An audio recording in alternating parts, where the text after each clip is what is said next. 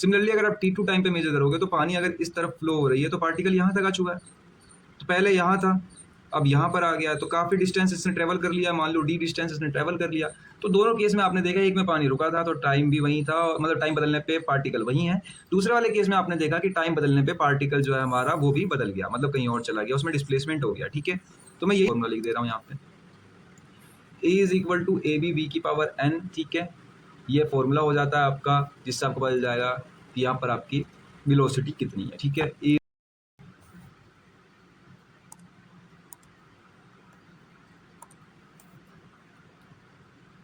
Welcome back दोस्तों, आप सभी का एक बार फिर से स्वागत है आपके अपने चैनल एम में स्पेस के ऊपर। यहाँ पर हमारी एक सब्जेक्ट सीरीज सेशन चल रही है जिसके मैंने यूनिट नंबर 1 और 2 दोनों कवर कर दिया। डैट इज सब्जेक्ट हमारा मेजरमेंट एंड मेट्रोलॉजी। ठीक है, तो आप लोग कंफ्यूज मत होना, इसका एक शॉर्ट फॉर्म नाम भी है, क्लासेस में अक्सर इसको शॉर्ट फॉर्म नाम से बुलाया जाता है। मैं यहाँ लिख देता हूँ, that is nothing but MM यानी मेजरमेंट एंड मेट्रोलॉजी। तो MM आपका सब्जेक्ट है, डैट इज आपका मेजरमेंट एंड मेट्रोलॉजी। अब यहाँ पे एक चीज़ ध्यान देने वाली बात है कि जो आपका सब्जेक्ट है, सब्जेक्ट का जो सब्जेक्ट कोड है वो लेटेस्ट है BME 701। मैं आज आप लोगों के लिए जो लेकर आया हूँ यूनिट नंबर 3 का कंप्लीट वन शॉट लेकर आया हूँ, यानी इस एक वीडियो के बाद आपको कहीं और जाके यूनिट नंबर 3 के रिगार्डिंग कुछ और देखने की ज़रूरत नहीं है। मैं यहाँ पे आपकी कंप्लीट यूनिट नंबर 3 ख़त्म करवा दूंगा। यूनिट नंबर 3 यहाँ पर इस वीडियो के अंदर कंप्लीट ख़त्म हो जाएगी आप लोगों की। जो मेरा सिलेबस मैं आप लोगों को पढ़ाने वाला हूँ, हम लोग आज डिस्कस करने वाले हैं, वो बेस्ड होने वाला है AKTU के ऊपर। ठीक है, AKTU के ऊपर सिलेबस बेस्ड होगा। मेरा नाम है आदित्य ठाकुर। देन कंटिन्यू करते हैं अपने आज के सेशन को। अब देखो, आज के सेशन को शुरू करने से पहले आपको थोड़ा सा इसके जो है सिलेबस के बारे में आइडिया होना चाहिए कि यूनिट नंबर 2 का सिलेबस क्या है। देखो, अभी फिलहाल आप इसको रहने दो, जो मैं लिख के लेकर आया हूँ। आप मेरी बात समझो, यूनिट नंबर 3 का सिलेबस, यूनिट नंबर 2 गलती से हो गया था, है ना, यूनिट नंबर 3 का सिलेबस।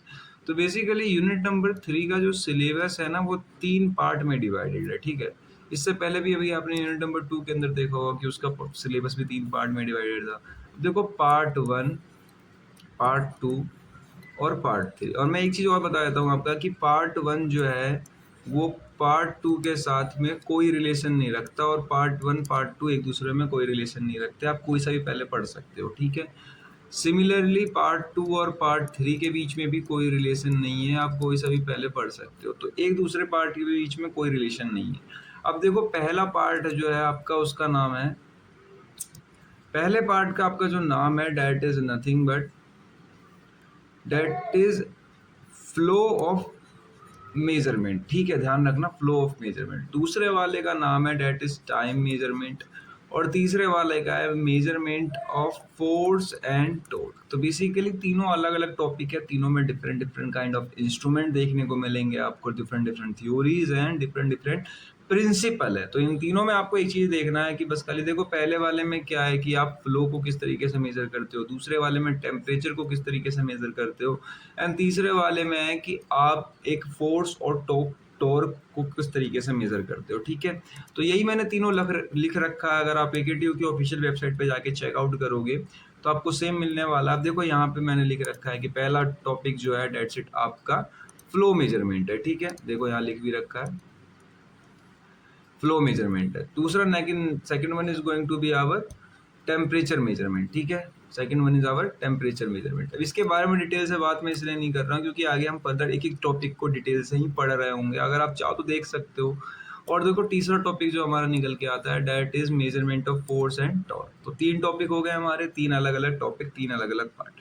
सबसे पहले हम पार्ट 1 से शुरू करने जा रहे हैं। ये कंप्लीट लेक्चर जो है मैंने वन शॉट के रिगार्डिंग बनाया है, लेकिन आपको डिटेल एक्सप्लेनेशन मिलने वाली है। लेक्चर की लेंथ जो है मे बी औरों से, अगर आप प्लेटफॉर्म पे आप जाके चेकआउट करोगे तो बड़ी देखने को मिल सकती है, बट स्टिल यहाँ पे मैं आप लोगों को ये श्योर करता हूँ कि कोई भी टॉपिक स्किप नहीं करेंगे, सारा कुछ पढ़ने वाले हैं। तो देन कंटिन्यू करें।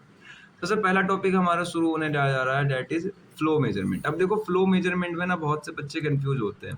फ्लो मेजरमेंट, एक चीज़ मैं आपको बता देता हूँ, फ्लो जो हम इसमें फ्लो मेजरमेंट का मतलब ये है कि हम फ्लूइड की फ्लो को मेजर करते हैं। ठीक है, ये वर्ड याद रखना, फ्लूइड।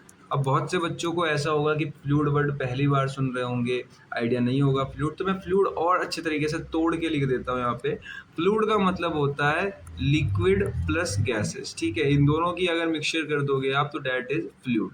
तो हम लिक्विड और गैस दोनों का मेजर करते हैं तो डैट इज फ्लो मेजरमेंट। लेकिन यहाँ पे कंफ्यूजन क्रिएट होता है कुछ बच्चों को, कुछ डाउट होता है, मैं डाउट बता देता हूँ। जैसे कि मान लो आपका कोई इंस्ट्रूमेंट है, ठीक है, इंस्ट्रूमेंट है, मैं लिख भी देता हूँ, इंस्ट्रूमेंट है। अब वो इंस्ट्रूमेंट जो है ज़रूरी नहीं है कि सिर्फ और सिर्फ लिक्विड को ही मेज़र करेगा, लिक्विड के फ्लो को, वो गैस को भी कर सकता है और नहीं भी कर सकता। उसके ऊपर डिपेंड करता है कि वो बनाया कैसा गया है, वो दोनों के लिए बनाया गया है या सिर्फ एक के लिए बनाया गया। तो आप लोग ये मान के चलना कि आपको पढ़ना पड़ेगा पर्टिकुलर इंस्ट्रूमेंट के बारे में कि वो क्या मेज़र कर रहा है, ठीक है, लेकिन करता वो क्या है, बेसिकली लिक्विड या गैस में से किसी एक को या दोनों को मेजर करेगा, सॉलिड को मेजर नहीं करेगा, सॉलिड की कोई फ्लो नहीं होती। तो देखो डेफिनेशन क्या है, बहुत ही सिंपल डेफिनेशन है इसकी कि फ्लो मेजरमेंट जो होता है उसका मतलब होता है मेजर करना क्वांटिटी ऑफ फ्लूइड, फ्लूइड की कितनी क्वांटिटी फ्लो हो रही है किसी एक पर्टिकुलर पाइप से, किसी एक पर्टिकुलर चैनल से। देखो यहाँ पे लिख भी रखा है, वो लिक्विड हो सकता है या गैस हो सकता है जो कि पाइप या चैनल से पर्टिकुलर पास हो रहा है पर यूनिट एरिया। अब देखो एक चीज़ हमेशा ध्यान रखना कि आपकी जो फ्लूइड है ना, फ्लूइड जिसका आप फ्लो मेजर कर रहे हो वो किस तरीके से मेजर हो सकती है। तो बेसिकली मान लो ऐसे कि ये आपका पाइप हो गया, इस पाइप में से फ्लूइड फ्लो हो रहा है, ठीक है, मैंने डायग्राम बनाया आपको समझाने के लिए, थोड़ा ध्यान से समझना। अगर आप ये समझ लेते हो तो समझो मेजरमेंट आपको समझ में आ जाएगी, फ्लो मेजरमेंट, ठीक है। अब फ्लो मेजरमेंट समझने के लिए ना सिर्फ प्रिंसिपल यही है कि जैसे मान लो आपके यहाँ से फ्लूइड पास हो रही है और इधर जो है एग्जिट हो रही है, मैं लिख दूं यहाँ पे, कोई दिक्कत तो नहीं है। जैसे इधर से आउट हो रही है और इधर से इन हो रही है, कोई भी फ्लूइड हो सकती है। अब देखो फ्लूइड कोई भी हो सकती है, फ्लूइड इज इक्वल टू या तो लिक्विड हो सकती है नहीं तो गैस हो सकती है, ज़रूरी नहीं है कि सिर्फ लिक्विड और गैस ही होगी, कोई एक भी हो सकती है, ठीक है। तो ये पास हो रही है यहाँ पे। अब यहाँ पे ध्यान देना, आपको फ्लो मेजर करनी है। तो फ्लो जो होता है ना आपके, डेट मीन्स यहाँ पे फ्लो इसके अंदर की कितनी तेज पास हो रही है इसके अंदर से। तो या तो आप इसका टोटल जो है वेलोसिटी जिसे कहते हैं, आप वेलोसिटी मेजर कर लो, ठीक है, कि भैया इतनी तेज हमारी फ्लो जा रही है, ठीक है।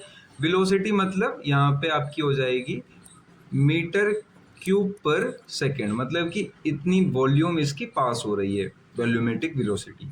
दूसरा कि आप इसकी मास को देख लो कि कितना मास पर सेकेंड में पास हो रहा है, ठीक है। तो इसकी जो मास हो जाएगी डेट्स इट,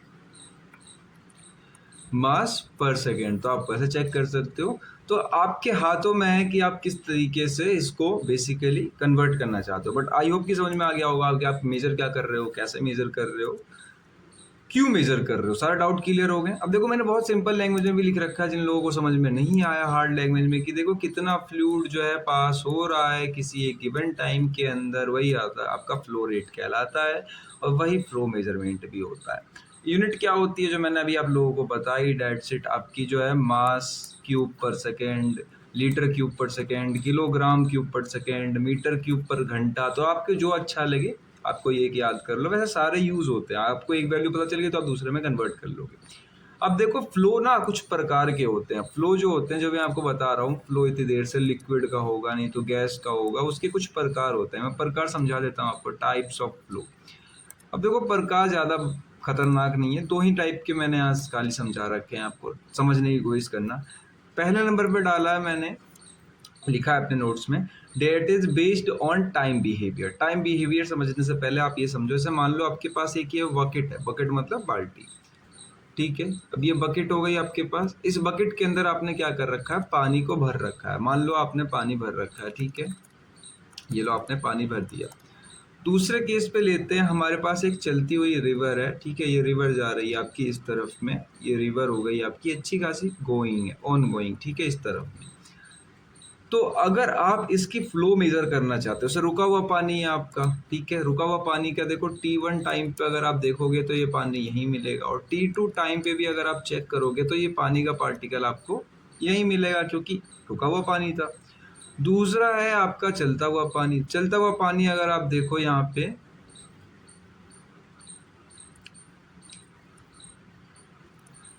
चलते हुए पानी में अगर आप देखोगे तो बेसिकली यहाँ पर आपको एक चीज़ पता चलने वाली है कि यहाँ पर अगर आप T1 टाइम पे मेजर करोगे तो पानी का पार्टिकल यहाँ मिलेगा।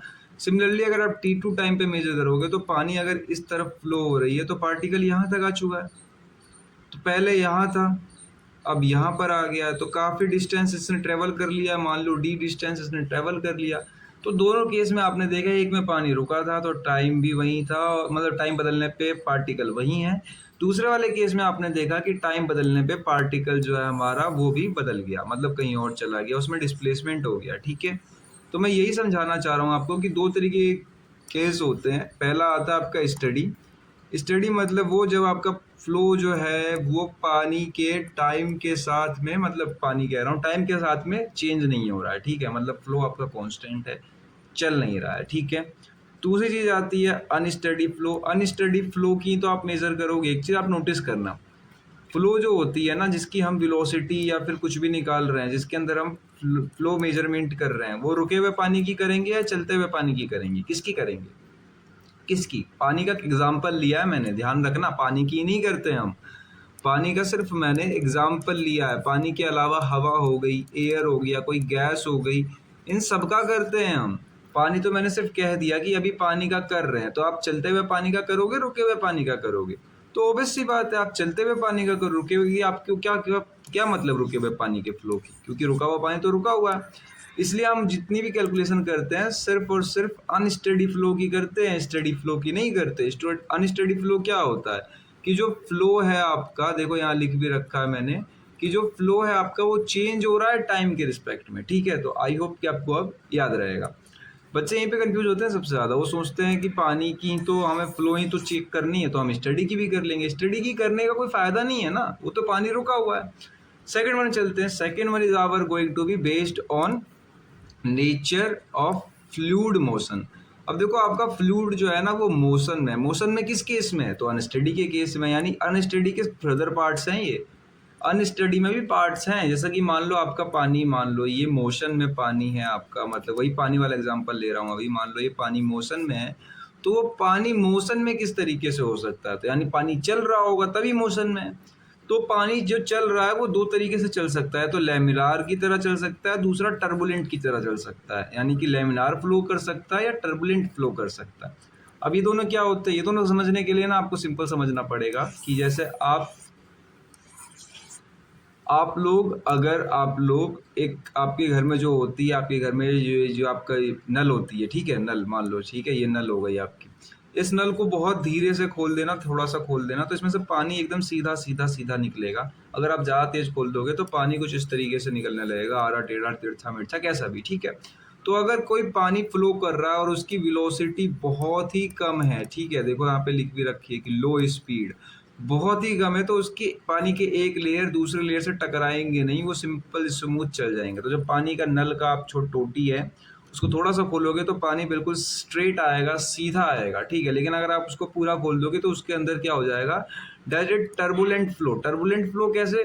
कि उसके अंदर अब पानी में उथल पुथल मच गई है। उथल पुथल मतलब ये वाला लाइन इसको क्रॉस कर रहा है, ये पानी के लेयर्स एक दूसरे में कुछ भी कर रहे हैं, जिगजैग कर रहे हैं, जिगजैग पैटर्न फॉलो कर रहे हैं। ठीक है, मतलब आगे पीछे दाएं बाएं हर तरफ मूव कर रहे हैं, तो इर्रेगुलर मिक्सिंग होने लग जाती है इसके कारण। देखो लिख भी रखा है कि इर्रेगुलर मिक्सिंग होने लग जाती है और स्पीड बहुत हाई हो जाती है। तो दोनों फ्लो समझ में आ गए, लैमिनार फ्लो की, टर्बुलेंट फ्लो की। आगे चल सकते हैं, आई रिपीट, आगे चल सकते हैं। तो देन आगे चलते हैं। अगर कोई डाउट हो तो आप लोग कमेंट बॉक्स में मुझे कमेंट करके बता सकते हो, मैं आपके सारे डाउट क्लियर कर दूंगा। देखो इतने सिंपल एक्सप्लेनेशन और इतने अच्छे तरीके से आपको शायद ही फ्री में कहीं देखने को मिलेगा, क्योंकि यूट्यूब पे भी अगर आप जाके देखोगे तो इस सब्जेक्ट को फ्री में कोई और नहीं पढ़ा रहा है। ठीक है, आप जाके चेक कर लो, और फ्री में कोई पढ़ा रहा है तो उसकी एक्सप्लेनेशन जाके चेक करना। ठीक है, एक्सप्लेन करने में भी ना देखो मेहनत लगती है।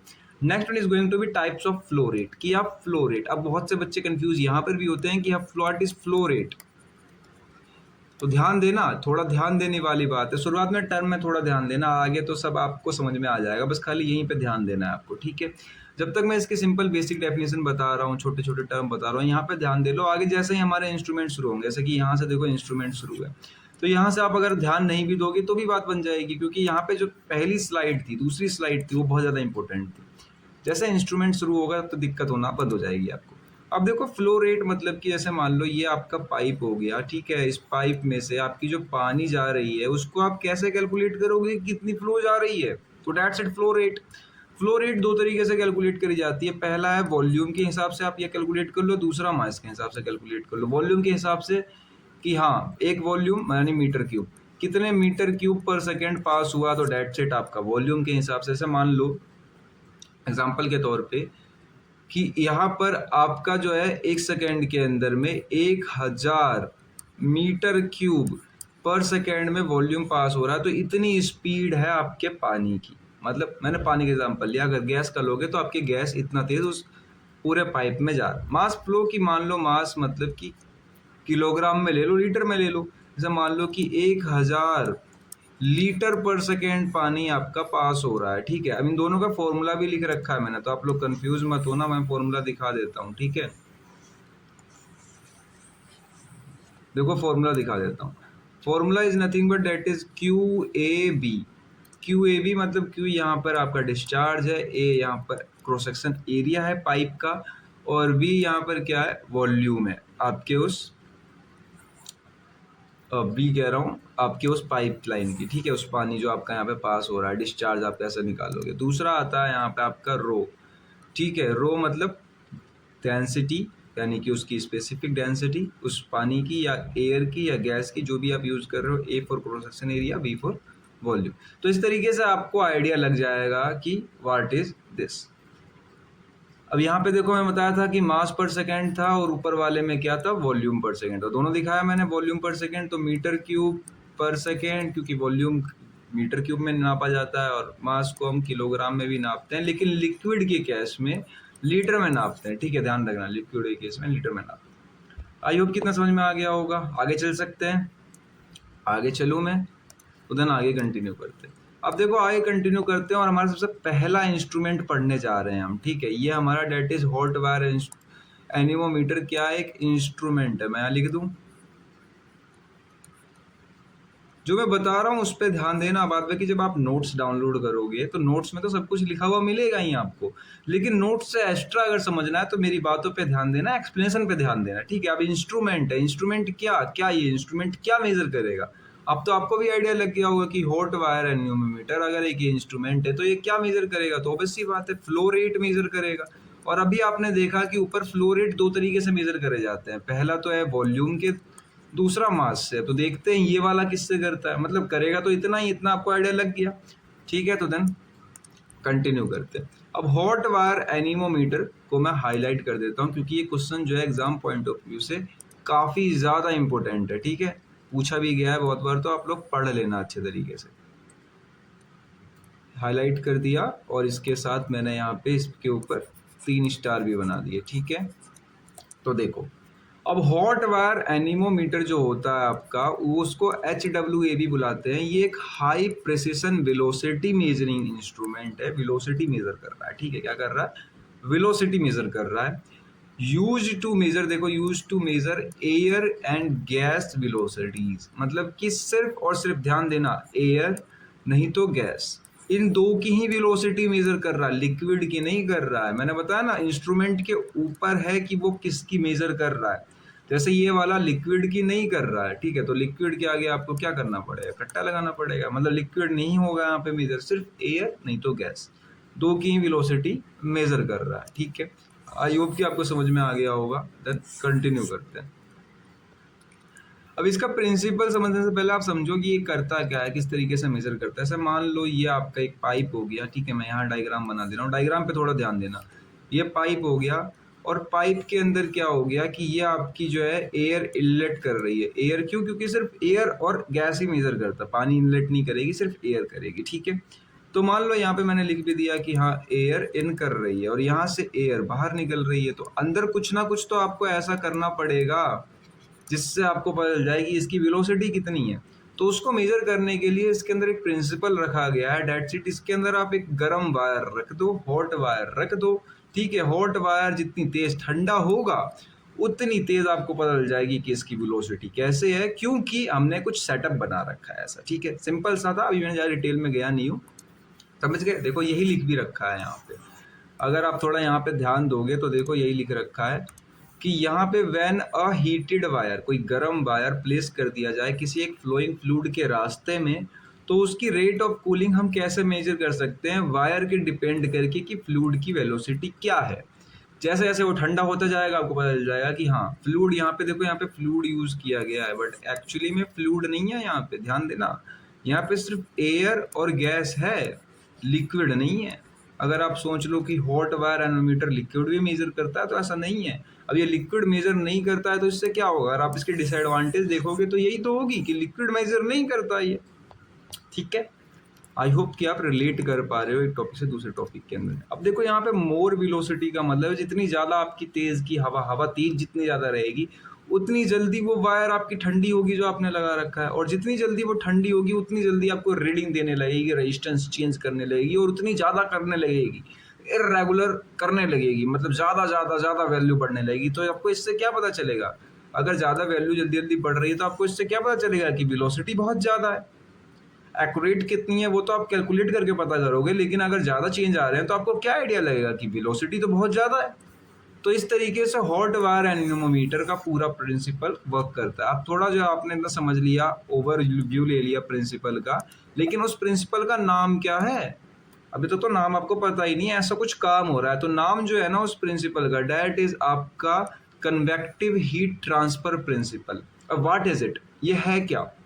अब देखो convective heat transfer principle basically ये हीट एंड मास ट्रांसफर का कॉन्सेप्ट है। मैं यहाँ थोड़ा समझा देता हूँ आपको, किस तरीके से समझाऊँ। चलो यहाँ पर समझा देता हूँ, ये जगह दिख रही है आपको, मुझे भी दिख रही है। चलो जैसे मान लो कि यहाँ पर आपके ये जो आपका वायर है, मान लो ये वायर लगा लिया मैंने, इस वायर के जो पार्टिकल्स है वो बहुत ज़्यादा हॉट है। मैं लिख दूँ यहाँ पे, लो बहुत ज़्यादा हॉट है। सिमिलरली जो आपके एयर आ रही है इधर से, एयर के अंदर खुद भी पार्टिकल्स है ना, हाँ या ना।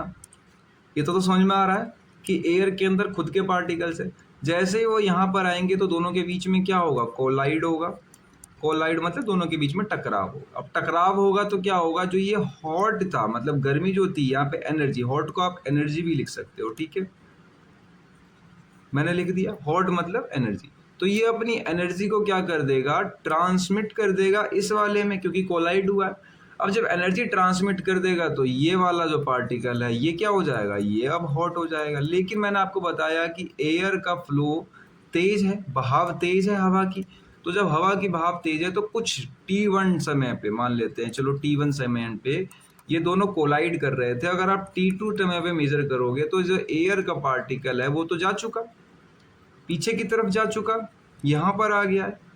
तो ऐसे बहुत सारे particles just of millisecond के अंदर पास हो रहे होंगे, जिसके कारण क्या होगा, अगर आप देखोगे तो एक पार्टिकल दूसरे पार्टिकल से टकरा के अपनी एनर्जी खो दे रहा है, दोनों के दोनों अलग हैं। कोई मेटल ठंडी हो जा रही है हवा में के कारण, तो that is a phenomenon of convective heat transfer. यही है हमारी कन्वेक्टिव हीट ट्रांसफर, ठीक है। हीट एंड मास ट्रांसफर आप लोग पढ़ कर आए हो, और वैसे आपको अगर ये चैनल पहले मिलता तो आपको मैं और डिटेल से पढ़ा पाता, क्योंकि हीट एंड मास ट्रांसफर काफ़ी इंटरेस्टिंग सब्जेक्ट है मैकेनिकल के बच्चों के लिए।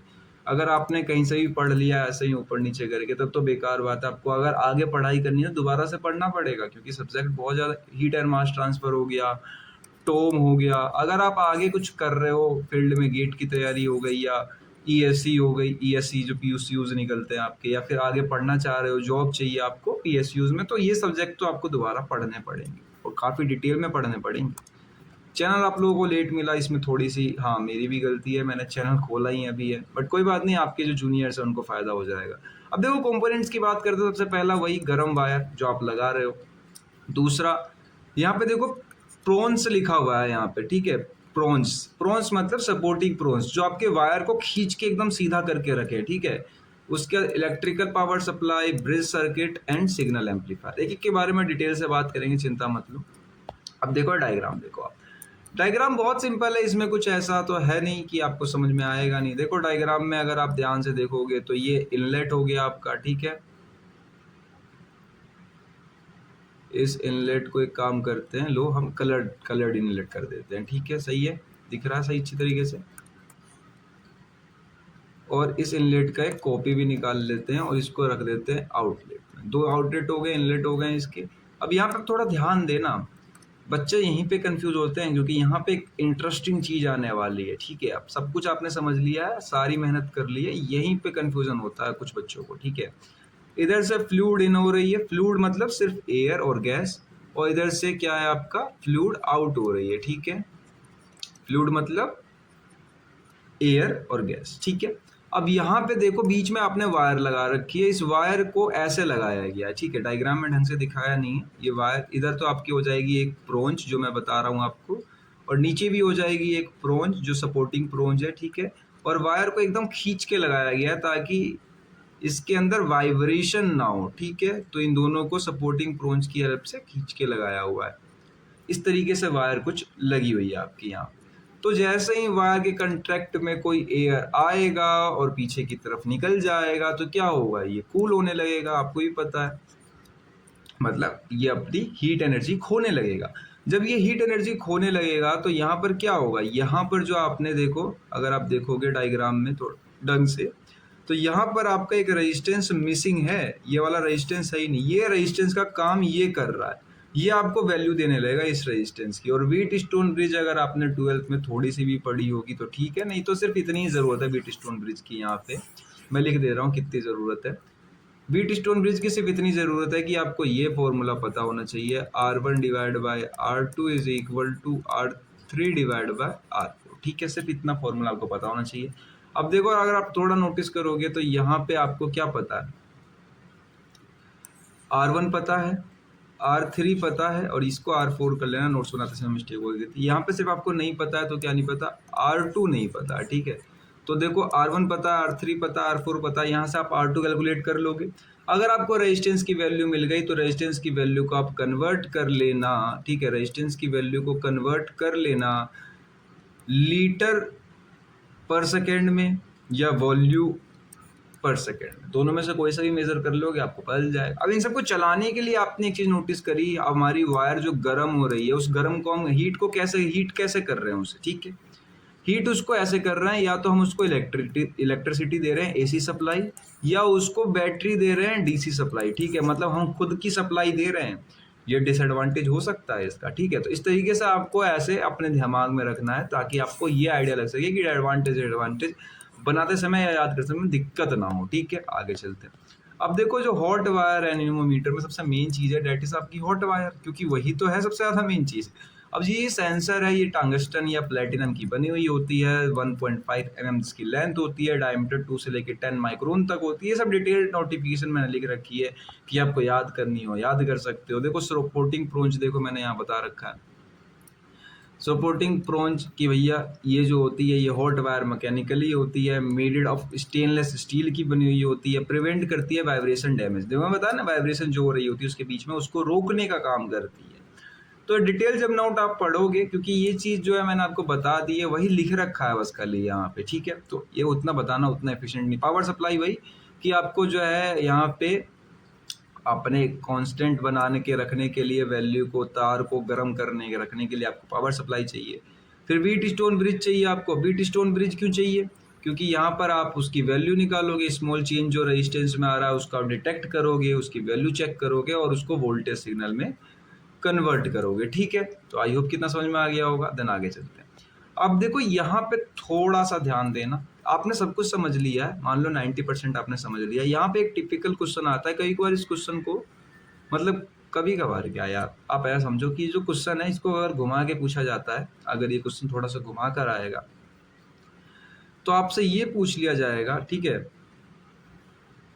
कि कांस्टेंट करंट एनीमोमीटर क्या है या कांस्टेंट टेम्परेचर एनीमोमीटर। मतलब एनीमोमीटर तो सेम ही है, एनीमोमीटर की कंस्ट्रक्शन वर्किंग प्रिंसिपल कहीं कुछ चेंज नहीं होगा, सिर्फ और सिर्फ नाम चेंज होगा और थोड़े से कॉन्सेप्ट चेंज होंगे, बस सिर्फ इतना ही। जो अभी तक आपने पढ़ा सब कुछ सेम रहने वाला है।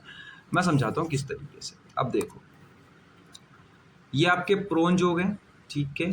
थोड़ा समझना, मैं डायग्राम की वजह से समझाने की कोशिश करता हूँ ताकि इजीली समझ में आ जाए। ये आपके बीच में हॉट वायर लगी हुई हो गई। अब ये जो हॉट वायर है इसके अंदर 3-4 चीज़ हैं। पहला रेजिस्टेंस है जो चेंज होगा, ठीक है, आपको पता है। दूसरी है यहाँ पे वोल्टेज जो इसकी है, तीसरी है करंट, और देन चौथी है हमारी इसकी टेम्परेचर, जो टेम्परेचर होगी। 4 कैरेक्टरिस्टिक्स लिखे हैं। 4 में से देखो रेजिस्टेंस, जो रेजिस्टेंस हो गया आपका वो तो आपका बीट स्टोन ब्रिज ले जाएगा इसको, मतलब रेजिस्टेंस से आपको कुछ नहीं मतलब है, वोल्टेज से आपको कुछ मतलब नहीं है, क्योंकि आपने करंट कंसिडर कर लिया है। तो करंट कंसिडर करो, नहीं तो वोल्टेज कंसिडर करो, एक कंसिडर कर लो। मान लो मैंने करंट कर लिया, ठीक है। दूसरी आती है टेम्परेचर। तो देखो दो तरीके से हम इसको वर्क को कर सकते हैं। कैसा समझा रहा हूँ, देखो ध्यान से देखना, सब कुछ पे पानी मत फेर देना, आप ध्यान से देखो। कि मानो जैसे कि मैंने मान लिया कि इसके अंदर मान लो हवा, मतलब हमारी जो पास हो रही है, जो एयर पास हो रही है यहाँ से, तो इसकी इस समय जो करंट फ्लो हो रही है इसके अंदर, वो करंट मैंने मान लियो, चलो आई है, ठीक है, करंट मान लिया मैंने आई है। तो आई लिख लो यहाँ पे, आई क्या है, करंट है। आई जो है हमारी इसके अंदर करंट है, और इस समय इस पूरे वायर का टेम्परेचर टी है, ठीक है। तो टी है, दो फिनोमिनन हो गए, आई और टी। आई क्या है, करंट, और टी क्या है, टेम्परेचर। मैंने मान लिया है आइडियली केस में। तो एक बार मैं इसे कांस्टेंट कर दूंगा तो इसको कहेंगे कांस्टेंट करंट एनीमोमीटर, और अगर दूसरी बार मैं इसे कांस्टेंट कर दूंगा तो उसे कहेंगे कांस्टेंट टेम्परेचर एनीमोमीटर। अब कैसे वर्क कैसे करता है देखो, समझो। पहले वाला केस लेते हैं पहले, ठीक है। जब हमने क्या किया है कि करंट को कांस्टेंट कर दिया है, और जो हमारा टेम्परेचर है वो वेरी कर सकता है, ज़्यादा हो सकता है या कम हो सकता है, ठीक है। तो जैसे ही आपने करंट को, देखो यहाँ लिख रखा है कि करंट को जैसे ही आपने कांस्टेंट किया तो टेम्परेचर वायर का बढ़ेगा या घटेगा, तो टेम्परेचर रेजिस्टेंस को चेंज करेगा, ठीक है। अब यहाँ पे ध्यान देना, देखो एक वर्ड लिख देता हूँ आप लोगों के समझने के लिए, काफ़ी इंपॉर्टेंट वर्ड है, कि करंट भी डायरेक्टली प्रोपोर्शनल है रेजिस्टेंस के, और टेम्परेचर भी डायरेक्टली प्रोपोर्शनल है रेजिस्टेंस की। यानी अगर करंट बढ़ता है तो रेजिस्टेंस भी बढ़ेगा, अगर टेम्परेचर बढ़ता है तो रेजिस्टेंस भी बढ़ेगा, और घटेगा तो घटेगा। लेकिन इस केस में हमने क्या किया है, करंट को कांस्टेंट कर दिया है, तो करंट का कोई रोल नहीं है यहाँ पे, सिर्फ इसका रोल है। तो टेम्परेचर जितना कम होता जाएगा रेजिस्टेंस उतना ही कम होता जाएगा, ठीक है। तो आप अगर करंट को कांस्टेंट कर देते हो तो रेजिस्टेंस की वैल्यू फ्लक्चुएट करने लगेगी by the help of temperature, तो वहां से आपको वैल्यू रीडिंग मिल जाएगी, ठीक है। तो इससे आप कैलकुलेट कर सकते हो। दूसरे केस में क्या है, दूसरे वाले केस में ये है कि यहाँ पर आप टेम्परेचर कांस्टेंट कर रहे हो, ठीक है। मतलब दूसरा केस, यहाँ पे आपकी करंट की वैल्यू क्या कर रही है, तो वेरी कर रही है, घट रही है या बढ़ रही है, लेकिन जो टेम्परेचर है वो कांस्टेंट है। तो अगर करंट बढ़ेगा या घटेगा वो डायरेक्टली प्रोपोर्शनल किसके है, रेजिस्टेंस के। और रेजिस्टेंस की वैल्यू आपकी कहाँ जाके जुड़ रही है, तो व्हीट स्टोन में जुड़ रही है कि नहीं, व्हीट स्टोन ब्रिज में। तो यहाँ से आपको रेजिस्टेंस की वैल्यू से मिल जाएगी, आपको वैल्यू बिल्कुल मिल जाएगी भैया। तो अगर आप एक चीज़ नोटिस करोगे, अगर आप एक चीज़ नोटिस करोगे तो आपको पता चलेगा कि यहाँ पर आपके रेजिस्टेंस की वैल्यू फ्लक्चुएट हो रही है by the help of current, temperature का कोई रोल नहीं है, इसलिए टेम्परेचर कांस्टेंट है। दो तरीके से होते हैं ये, दोनों की same working, same principle, same component, same advantage, same disadvantage, बस सिर्फ और सिर्फ डिफरेंस क्या है, तो यहाँ पर आपने टेम्परेचर को किया है और कॉन्सेप्ट कंटेंट रखा है, और करंट चेंज करके वेलोसिटी निकाल रहे हो। सबसे तेज इसमें रिजल्ट मिलता है और मोस्ट एक्यूरेट होता है, ठीक है। तो सबसे ज़्यादा हम इसी का यूज़ करते हैं। वर्किंग सिंपल सी बात है, इतनी देर से मैं आपको वर्किंग समझा रहा हूँ, वो वर्किंग है ये। सबसे पहला इलेक्ट्रिक सर्किट आपने ज्वाइन कर लिया, उसके अंदर आप क्या कर रहे हो, एक फाइन वायर को गर्म कर रहे हो, गर्म करने के बाद उसमें एयर पास करवा रहे हो, जिसके कारण क्या हो रही है, देखो हीट रिमूव हो रही है, वो ठंडा हो रहा है, ठंडा हो रहा है तो वायर रेजिस्ट। अब ठंडा होने पे दो केस है, केस नंबर 1, या तो वो करंट के कारण रेजिस्टेंस चेंज कर रहा है, दूसरा वाला नहीं तो वो टेम्परेचर के कारण रेजिस्टेंस चेंज कर रहा है, ठीक है, याद रखना, दो केस थे यहाँ पे। उसके बाद यहाँ पे देखो हमने इलेक्ट्रिकल बैलेंस किया, ब्रिज सर्किट से वैल्यू कैलकुलेट करी, और देन यहाँ पर हमें इलेक्ट्रिकल सिग्नल कन्वर्ट करने के लिए हमारे पास एक फॉर्मूला है। फॉर्मूला ध्यान रखना, पेपर के अंदर लिख सकते हो अगर चाहो तो, ठीक है। मैं देखो फॉर्मूला लिख दे रहा हूँ यहाँ पे, A is equal to A B B की पावर n, ठीक है। ये फॉर्मूला हो जाता है आपका, जिससे आपको पता चल जाएगा कि यहाँ पर आपकी वेलोसिटी कितनी है, ठीक है। E is equal to nothing but output है आपकी, ये आपको पता करनी है फ्लूइड वेलोसिटी, n आपको पता होगा, n is equal to number of turn, ठीक है। एंड देन यहाँ पे ए बी कॉन्स्टेंट है, जो आप तार के साथ यूज कर रहे हो वो अलग अलग हो सकते हैं, तार की प्रॉपर्टी है ये। फ्लूइड वेलोसिटी आपको पता करनी है, आउटपुट वोल्टेज आपको मिलेगा क्योंकि रेजिस्टेंस में जो चेंज आएगा वही आपको आउटपुट वोल्टेज देगा, और E is equal to N is equal to 0.5, ये फिक्स रहने वाला है सारे केस के अंदर में, ठीक है। अब बात आ जाती है एडवांटेज की। एडवांटेज और डिसएडवांटेज मैंने लिखा आपको पहले बता, देखो यहाँ पे हेड स्ट्रीम हाई सेंसिबिलिटी है, मेजर वेरी लो वेलोसिटी कर सकता है, और टर्बुलेंट मेजरमेंट होता है, वेरी फास्ट रिस्पॉन्स टाइम होता है इसका, और इंटरटेनियस वेलोसिटी होती है ना, अचानक से बढ़ जाने वाली, उनको भी मेजर कर सकता है। फ्रीक्वेंसी रिस्पॉन्स इसकी हाई होती है और बहुत छोटा होता है और कॉम्पैक्ट लाइट वेट होता है। लेकिन डिसएडवांटेज क्या हो सकती है? डिसएडवांटेज यही है ना कि देखो इसका आप पानी में यूज़ नहीं कर सकते, डू नॉट यूज़ लिक्विड, क्योंकि लिक्विड में सारा सिस्टम खराब हो जाएगा। साथ ही साथ में पानी में यूज़ नहीं कर सकते, और क्लीन गैस भी चाहिए जिसके अंदर पार्टिकल्स की ज़्यादा वैल्यू है, कूड़ा कचरा है, पार्टिकल्स डर्टी है, उसके जगह यूज़ करोगे तो आपके तार खराब हो सकते हैं। देखो यहाँ डिसएडवांटेज में लिखा can not use for liquid, liquids का यूज़ नहीं कर सकते हैं यहाँ पे। वेरी फेलरेबल सेंसर वायर है, यानी कि अगर उसके अंदर थोड़ी डैमेज आएगी तो रीडिंग बेकार आने लगेगी। देखो अफेक्टेड बाय टेम्परेचर, टेम्परेचर से तो अफेक्ट होना ही है। मान लो आप कोई गर्म हवा ही पास करा दो इसके अंदर, ठीक है, कोई हॉट हवा ही पास करा दिया आपने, तो रीडिंग क्या मिलेगी आपको? वो तो तार पहले से ही गर्म था ना, तो यहाँ पर हो सकता है तार और खराब हो जाए आपका, ठीक है। और हवा तो वैसे भी वैसे एयर 500 डिग्री सेल्सियस तक ईजिली हॉट हो जाता है, और 500 डिग्री सेल्सियस बहुत होता है, वो अच्छे अच्छे तार भी गला देगा यहाँ पर। तो आपको अफेक्टेड बाय टेम्परेचर है। लिमिटेड लाइफ स्पैन, एक टाइम के बाद खराब हो जाएगा, आपको टाइम टाइप पे कैलिब्रेशन करना पड़ेगा, क्योंकि खराबी आती है इसके अंदर, ठीक करना पड़ेगा। देखो डस्ट हो गया, मॉइस्चर हो गया, ये काफ़ी ज़्यादा डैमेज दे सकते हैं, क्योंकि इसके एक टर्मिनल पे पॉजिटिव होता है और एक टर्मिनल पे नेगेटिव होता है। जब भी तो तार जो है हमारी गर्म होती है, और मान लो अगर आपने इसमें पानी डाल दिया, लिक्विड डाल दिया, तो पॉजिटिव नेगेटिव तो ऐसे ही मिल गए, तो यहाँ पे क्या होगा? यहाँ पे शॉर्ट सर्किट होने के खतरे हैं, ठीक है, मॉइस्चर डैमेज दे सकता है इसको। एप्लीकेशन कहाँ कहाँ यूज आता है? तो जहाँ पे देखो विंड और टनल एक्सपेरिमेंट करे जा रहे होते हैं, विंड के टनल एक्सपेरिमेंट, तो वहाँ पे यूज करते हैं। बाउंड्री लेयर में तो सबसे ज़्यादा करते हैं, ठीक है, इसको मोस्ट मोस्ट मोस्ट मान लो, क्योंकि बाउंड्री लेयर में सबसे ज़्यादा इसका यूज होता है। टर्बुलेंट मेजर करने में करते हैं, HFEC एयर फ्लो में करते हैं, देन साथ ही साथ में एयरक्राफ्ट टेस्टिंग में भी मोस्ट मोस्ट इंपोर्टेंट मान लो, एंड एरोडायनेमिक रिसर्च में करते हैं। तो यहाँ पर हमने इसका पहला इंस्ट्रूमेंट अच्छे से क्लियर कर लिया, ठीक है। तो आई होप कि आपको अच्छे से समझ में आ गया होगा। सेकंड इंस्ट्रूमेंट पे चले।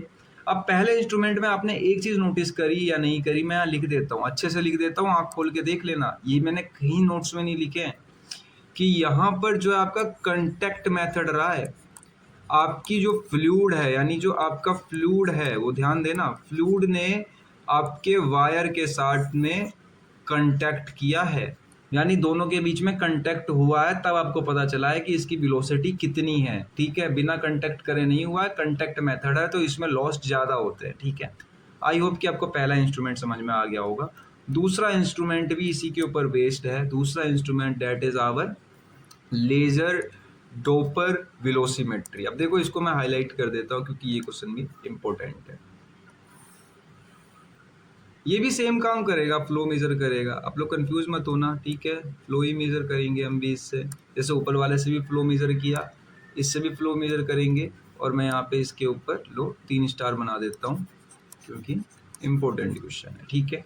अब देखो इसको एक शॉर्ट फॉर्म नाम है, इसके 2 नाम है बल्कि, ठीक है, आप लोग कंफ्यूज मत होना, 2 नाम है, दोनों ही नाम थोड़ा अच्छे से पढ़ लो। देखो पहला आता लेजर डॉपलर वेलोसिमेट्री, LDV, या इसको कहते हैं लेजर डॉपलर एनीमोमीटर, LDA, ठीक है। अगर LDA भी आपको देखने को मिल रहा है एग्जाम में तो डेट शीट ये वाला क्वेश्चन है, ठीक है। अब LDA, व्हाट इज LDA? इससे पहले वाला आपने पढ़ा था एक कंटेक्ट मेथड था, अब ये क्या है? ये एक नॉन कंटेक्ट मेथड है। यहाँ पर आपकी जो फ्लूइड है वो आपके किसी मेन कंपोनेंट से टच नहीं होगी, ठीक है, उस बिना टच हुए आपको रीडिंग दे देगा, मतलब एक अलग लेवल का, उससे महंगा होगा ये, ठीक है, ध्यान रखना, उस इंस्ट्रूमेंट से महंगा होगा, क्योंकि यहाँ पर बिल्कुल एडवांस लेवल की आप क्या करने वाले हो, वर्किंग करने वाले हो, ठीक है। तो देन कंटिन्यू करते हैं। आई होप कि इतना तो समझ में आ गया होगा, इतने में तो कोई दिक्कत नहीं है। अगर दिक्कत है तो आप लोग मुझे कमेंट करके बता सकते हो, ठीक है। कि हमारा जो मटेरियल जो टेस्ट कर रहा होता है वो सामने वाले सामान से या जिससे टेस्ट कर रहा होता है फ्लो से टकराता नहीं है, उससे मतलब कंटेक्ट नहीं करता, मेजर करता है फ्लूइड की वेलोसिटी को एक पॉइंट पे डोपर शिफ्ट या लाइट स्कैटरिंग पार्टिकल का यूज करके। ठीक है, मैं आपको दोनों ही बताऊंगा, दोनों के दोनों होते क्या है। देखो स्क्रैटेड मतलब कोई रे कहीं पर गई और उससे टकरा गई, ठीक है, और टकरा के कहीं और चली गई, तो डेट इज ये फिनोमिना होता है स्क्रैटेड का। आपने hopes of power plant engineering में पढ़ा होगा, अगर नहीं पढ़ा तो कोई बात नहीं, आगे जब डिटेल में बात करेंगे तो आपको समझ में आएगा। अब देखो प्रिंसिपल क्या होता है कि LDV बेस्ड होता है डोपर इफेक्ट के ऊपर। डोपर इफेक्ट एक ऐसा इफेक्ट होता है जैसे कि मान लो ये एक हमारा लाइट सोर्स है जो धीरे धीरे ऐसे पल्स के फॉर्म में लाइट को क्या कर रहा है, एमिट कर रहा है। मैं यहाँ पे थोड़ा ढंग से डायग्राम बनाता हूँ, जैसे कि ये लाइट के फॉर्म को एमिट कर रहा है, ठीक है। अब ये वेव की फॉर्म को एमिट कर रहा है, तो यहां से लेके यहां तक की जो लेंथ होगी वो होगी इसकी एक वेव से दूसरे वेव की length, that means wave length, ठीक है, वेव लेंथ। और इसको डोपर इफेक्ट क्या कहते हैं? डोपर इफेक्ट का मतलब ये होता है कि जब जब अब देखो इसका एक सेंटर तो बिल्कुल पास में हो और एक सेंटर बहुत दूर चल जाए, मतलब कि एक बार एक तरफ से देखी जाए तो इसकी वेवलेंथ बहुत कम है, इधर से आप मेजर करोगे तो इसकी वेवलेंथ कम है, लेकिन इधर से मेजर करोगे तो इसकी वेवलेंथ और ज्यादा है, इसकी वेवलेंथ और ज्यादा है, मतलब एक्सपेंड होता हुआ। एक तरफ से तो बिल्कुल सही दिख रहा है और एक तरफ से बहुत ज्यादा एक्सपेंड हो रहा है, तो यही होता है डोपर इफेक्ट, ठीक है। इस डोपर इफेक्ट के प्रिंसिपल पर काम करता है। अब देखो जैसे कि एक लाइट बीम जो होती है वो स्क्रैच कराई जाती है एक मूविंग पार्टिकल के साथ में, तो जो फ्रीक्वेंसी होती है स्क्रैच लाइट की वो डिपेंड करती है उसके रिलेटिव वेलोसिटी के ऊपर जो कि पार्टिकल ऑब्जर्वर से ऑब्जर्व कर रहा होता है। इनडायरेक्टली कहूं तो उस लाइट की हेल्प से हम ये चेक करना चाह रहे होते हैं कि फ्लो की वेलोसिटी कितनी है, ठीक है। और साथ ही साथ में अगर आपको वीडियो पसंद आ रहा हो लाइक कर देना, क्योंकि बहुत मेहनत लगती है। लाइक टारगेट मैंने इस बार भी 10 का ही रखा है और as well as comment target भी मैंने 10 का ही रखा है, तो आप अपना ओपिनियन भी सजेस्ट कर सकते हो और मुझसे कोई टॉपिक रह जाए या मेरे पढ़ाने में कहीं आपको मिस्टेक लगे तो आप वो भी बता सकते हो, और कुछ डाउट हो तो पूछ ही लेना। PDF नोट के आप टेलीग्राम पे चल जाओ और पेपर टाइम है, आप शेयर कर दोगे तो बहुत हेल्प होगी। बिल्कुल नया चैनल है और ज्यादा सब्सक्राइबर भी नहीं है मेरे पास, मैं ऐसे ही मेहनत कर रहा हूँ आपके भरोसे। देन आगे चलते हैं।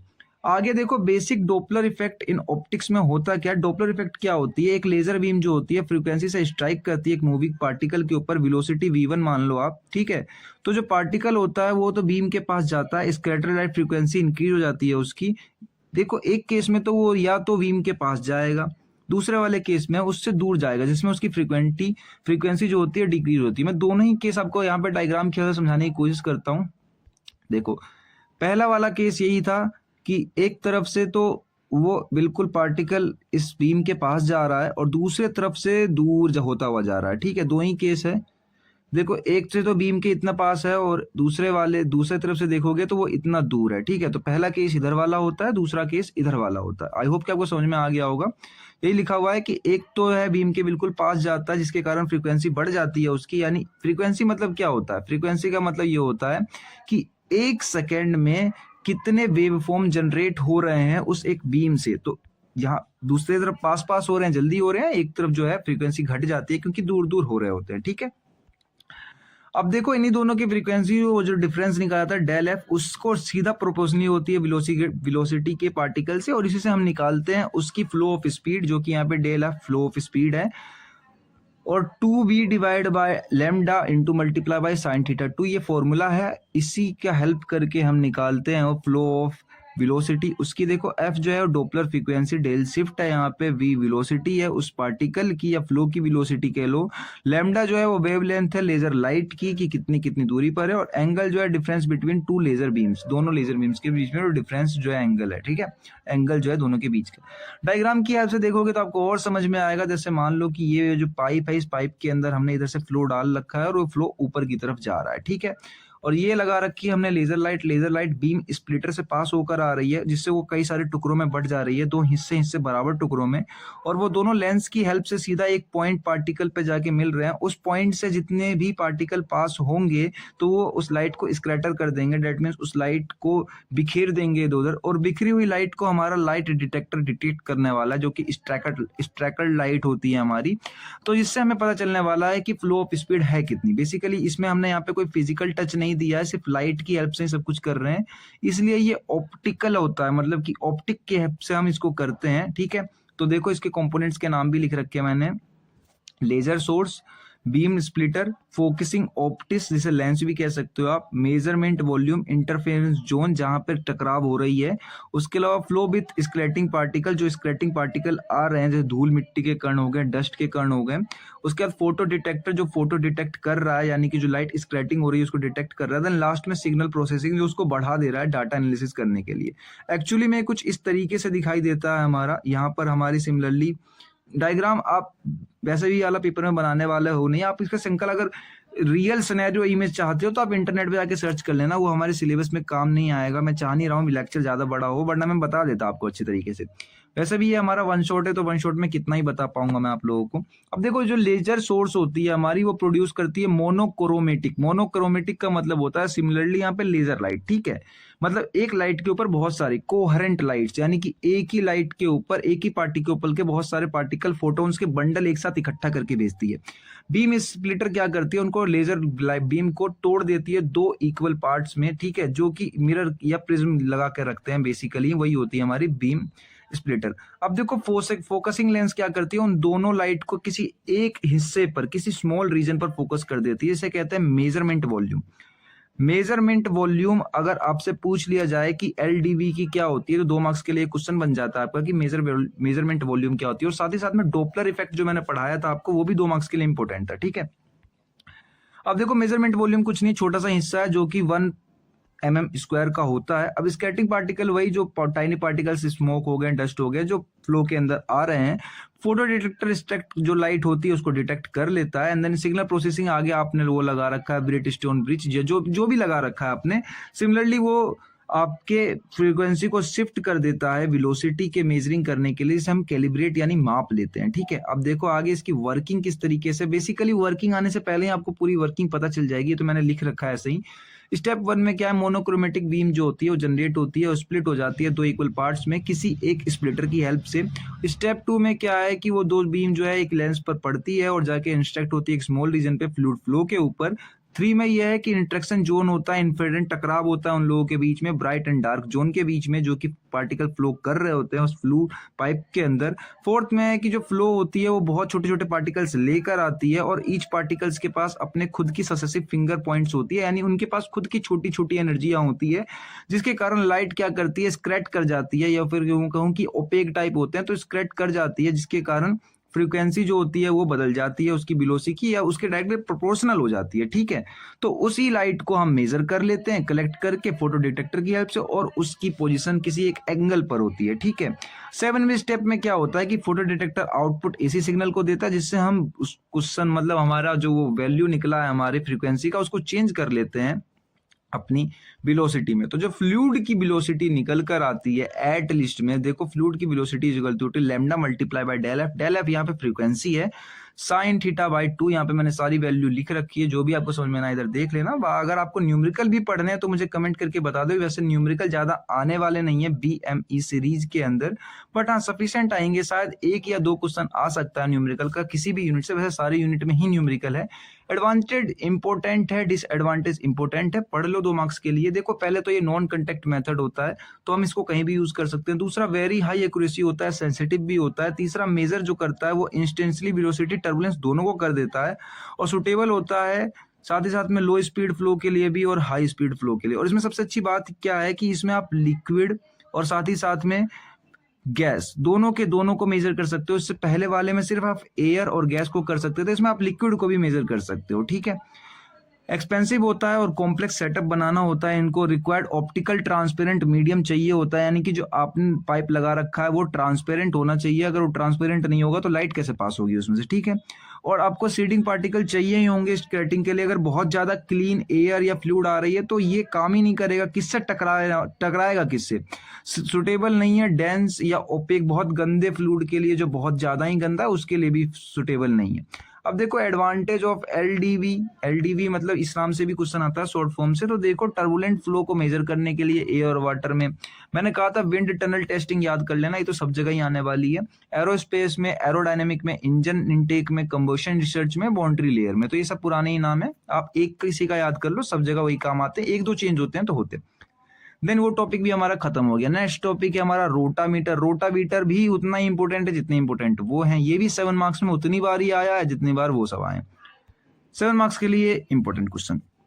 देन गो थ्रू करते हैं। तो देखो रोटामीटर क्या होता है, एक variable area type flow meter होता है जो कि यूज करा जाता है फ्लो मेजर को रेट को जो है ऑप्टिमाइज या फिर जांचने के लिए, मेजर करने के लिए। लिक्विड गैस दोनों पर काम करता है, ठीक है, ये वाला भी दोनों पर काम करता है। आपको समझ में नहीं आएगा, मैं 2 मिनट आपसे चाहता हूं कि 2 मिनट आप ध्यान से देख लेना, फिर आपको सब कुछ समझ में आने लगेगा, ठीक है। अब देखो जो फ्लो रेट होता है जैसे जैसे बढ़ता जाता है वैसे वैसे एरिया भी बढ़ता जाता है फ्लो होने का, ठीक है। इसी ऑटोमेटिकली जो होता है वो प्रेशर ड्रॉप हो जाता है और ये कांस्टेंट हो जाता है हमारा एक जो बल्ब लगा हुआ होता है। अब नहीं समझ में आया, आई नो कि आपको समझ में नहीं आया। डायग्राम देखने के बाद आप थोड़ा सा वीडियो पीछे करना और एक बार फिर से देख लेना, बहुत आसान कॉन्सेप्ट है ये, बस खाली आप थोड़ी देर पेशेंस रखो। जो इसका वर्किंग प्रिंसिपल होता है वो यही होता है कि वेरिएबल एरिया यानी एरिया धीरे धीरे बढ़ रहा है और फोर्स को बैलेंस करना। अब कैसे, देखो जैसे जैसे पानी बढ़ता जाता है, फ्लूइड बढ़ता जाता है आपका ऊपर की तरफ में, वैसे वैसे टेपर्ड वर्टिकल ट्यूब खुलती जाती है, धीरे धीरे बढ़ता जाता है, तो फ्लोट राइज होता है, फ्लो की एरिया भी इंक्रीज होती है और बैलेंस अकर करता है ड्रैग फोर्स और डाउनवर्ड लिफ्ट फ्लोट के बीच में। नहीं समझ में आया? अब देखो, अब जो लाइन बोलने जा रहा हूं उससे समझ में आ जाएगा आपको। जो हमारा अपवर्ड फोर्स होता है ना वो बराबर होता है वेट ऑफ द फ्लोट के, ठीक है। ये मेन चीज थी, ये इक्विलिब्रियम के कंडीशन स्टेट में है जब हमारे बिल्कुल शांत पड़ा है, कुछ नहीं है, तो जो अपवर्ड फोर्स है वो वेट ऑफ द फ्लोट के बराबर होता है। और जैसे जैसे फ्लोट की हाइट बढ़ती जाती है हम उसे डायरेक्टली इंडिकेट कर लेते हैं फ्लो रेट के हेल्प से। अब देखो डायग्राम, देखो डायग्राम सबको सब कुछ समझ में आ जाने वाला है। सिमिलरली पानी या फिर फ्लूइड हमारा ऐसे आएगा और ऐसे ऊपर की तरफ निकल जाएगा, बस इतना ही है, इसके अंदर कुछ भी नहीं है।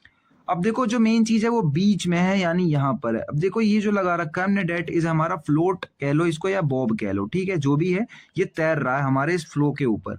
अब इसके जो ये लाइन लगा रखी जोटेड, ये हमारी गाइड करती है इसको तैरने में या फिर फ्लोट करने में यहाँ पे, ठीक है।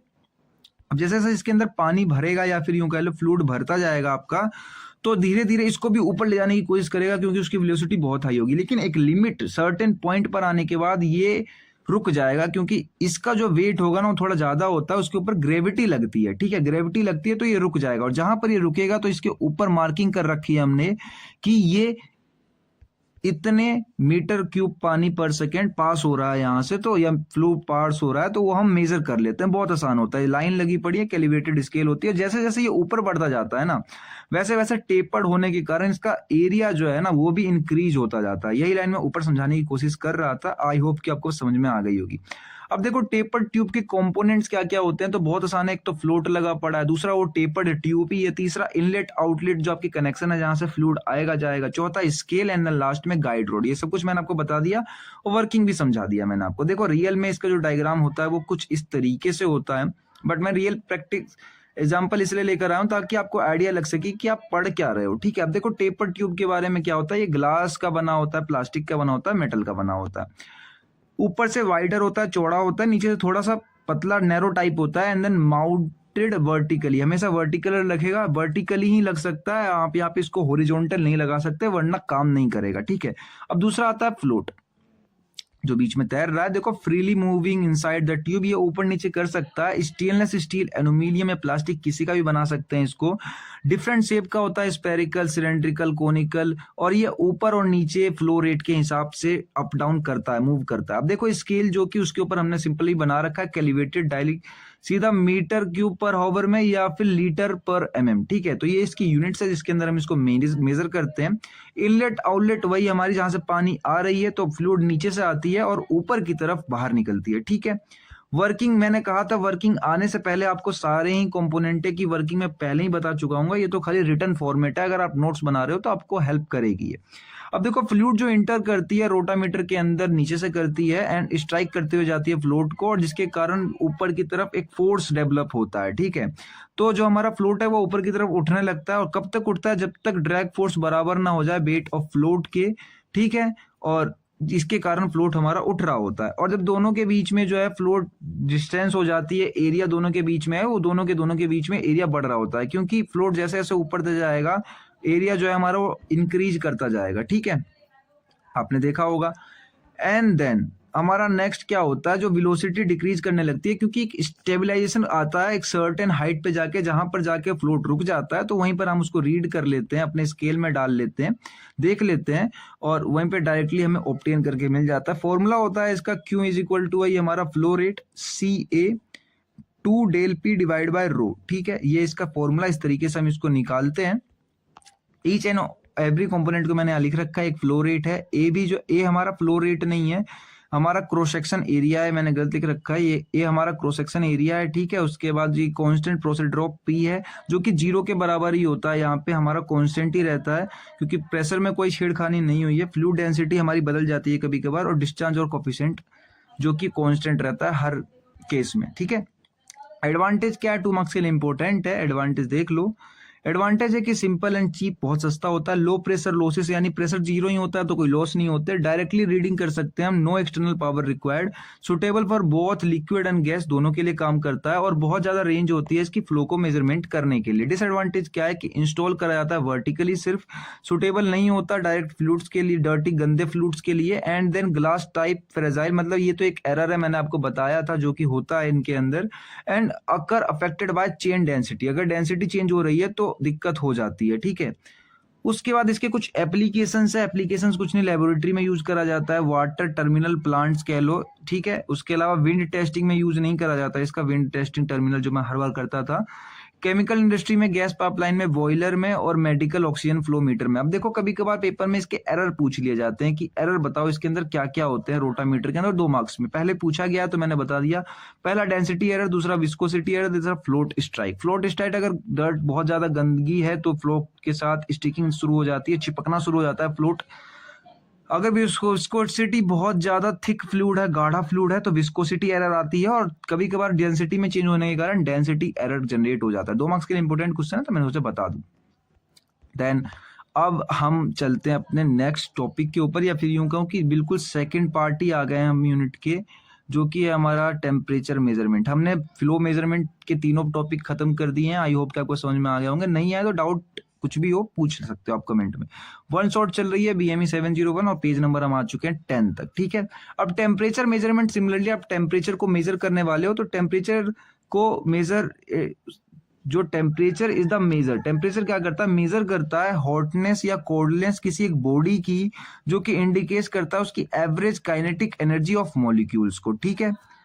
ये सिंपल सी डेफिनेशन है। टेम्परेचर में देखो कुछ यूनिट्स होते हैं जो कि आपके काम आएंगे न्यूमेरिकल में, देखो केल्विन, फॉरेनहाइट और सेल्सियस। अब देखो टेम्परेचर की जो ऐसा यूनिट होती है वो केल्विन होती है, यानी आप जब भी न्यूमेरिकल सॉल्व करते हो तो केल्विन में ही करते हो।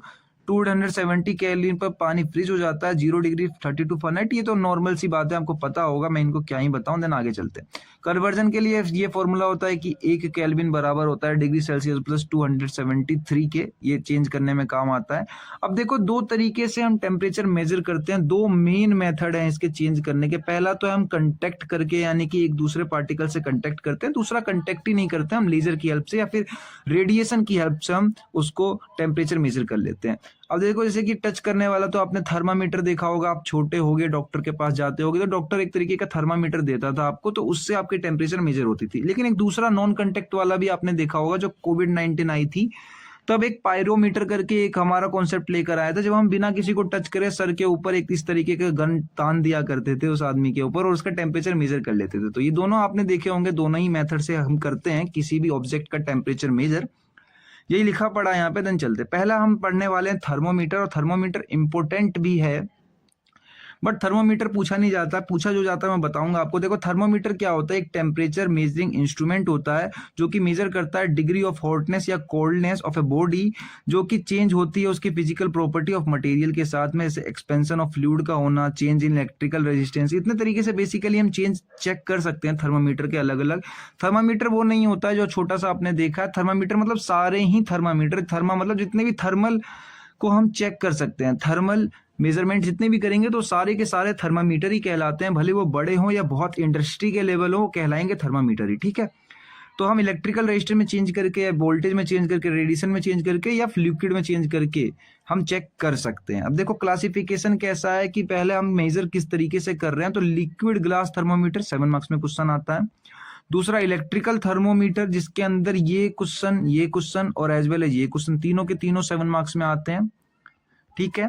एंड देन लास्ट में आता है हमारा मैकेनिकल थर्मोमीटर। यहाँ पे थर्मोमीटर लिखा पड़ा है, बट यहाँ पर मैंने गलत लिख रखा है थर्मोमीटर, हाँ सॉरी ये सही है, थर्मोमीटर लिख रखा है, मुझे लगा था कि थर्मोकपल लिखा पड़ा, बट थर्मोमीटर लिखा पड़ा तो सही है। थर्मोमीटर ही होता है। तो ये भी 7 मार्क्स में आता है। टोटल आपके यहाँ से 4 क्वेश्चन निकल रहे हैं। देखो, एक तो ये है लिक्विड वाला, दूसरा रेजिस्टेंस वाला, तीसरा थर्मिमिनिस्टर, थर्मोकपल एंड देन लास्ट में बायमेटेलिक थर्मोकपल। इस यहाँ से आपके टोटल 5 क्वेश्चन निकल रहे हैं, 4 नहीं 5 क्वेश्चन है। पांचों के पांचों 7 मार्क्स में कंटिन्यूअस पूछे जाते हैं, तो मैंने सोचा आपको बता दूं और एक एक करके हम डिटेल में पढ़ेंगे। उसके बाद आता है रेडिएशन थर्मोमीटर से ऑप्टिकल पायरोमीटर। और पायरोमीटर तो आप मान के चलना कि मोस्ट इंपोर्टेंट है। देखो, हर साल से लगातार क्वेश्चन आ रहा है। अब इस बार की कुछ कह नहीं सकते, आपकी किस्मत अच्छी रही तो ठीक है, आ जाएगा। अब पहले बात कर लेते हैं हम लिक्विड ग्लास थर्मोमीटर की, यानी कि लिक्विड ग्लास थर्मोमीटर जो आप पहले से देखते हुए आ रहे हो, आपको छोटे थे या बड़े थे, जब भी डॉक्टर के पास जाते हो तो मोस्ट ऑफ द टाइम यही होता है उनके पास। तो मोस्ट बेसिक होता है, वाइडली यूज करा जाता है थर्मोमीटर लैब में, हॉस्पिटल में या इंडस्ट्री के अंदर।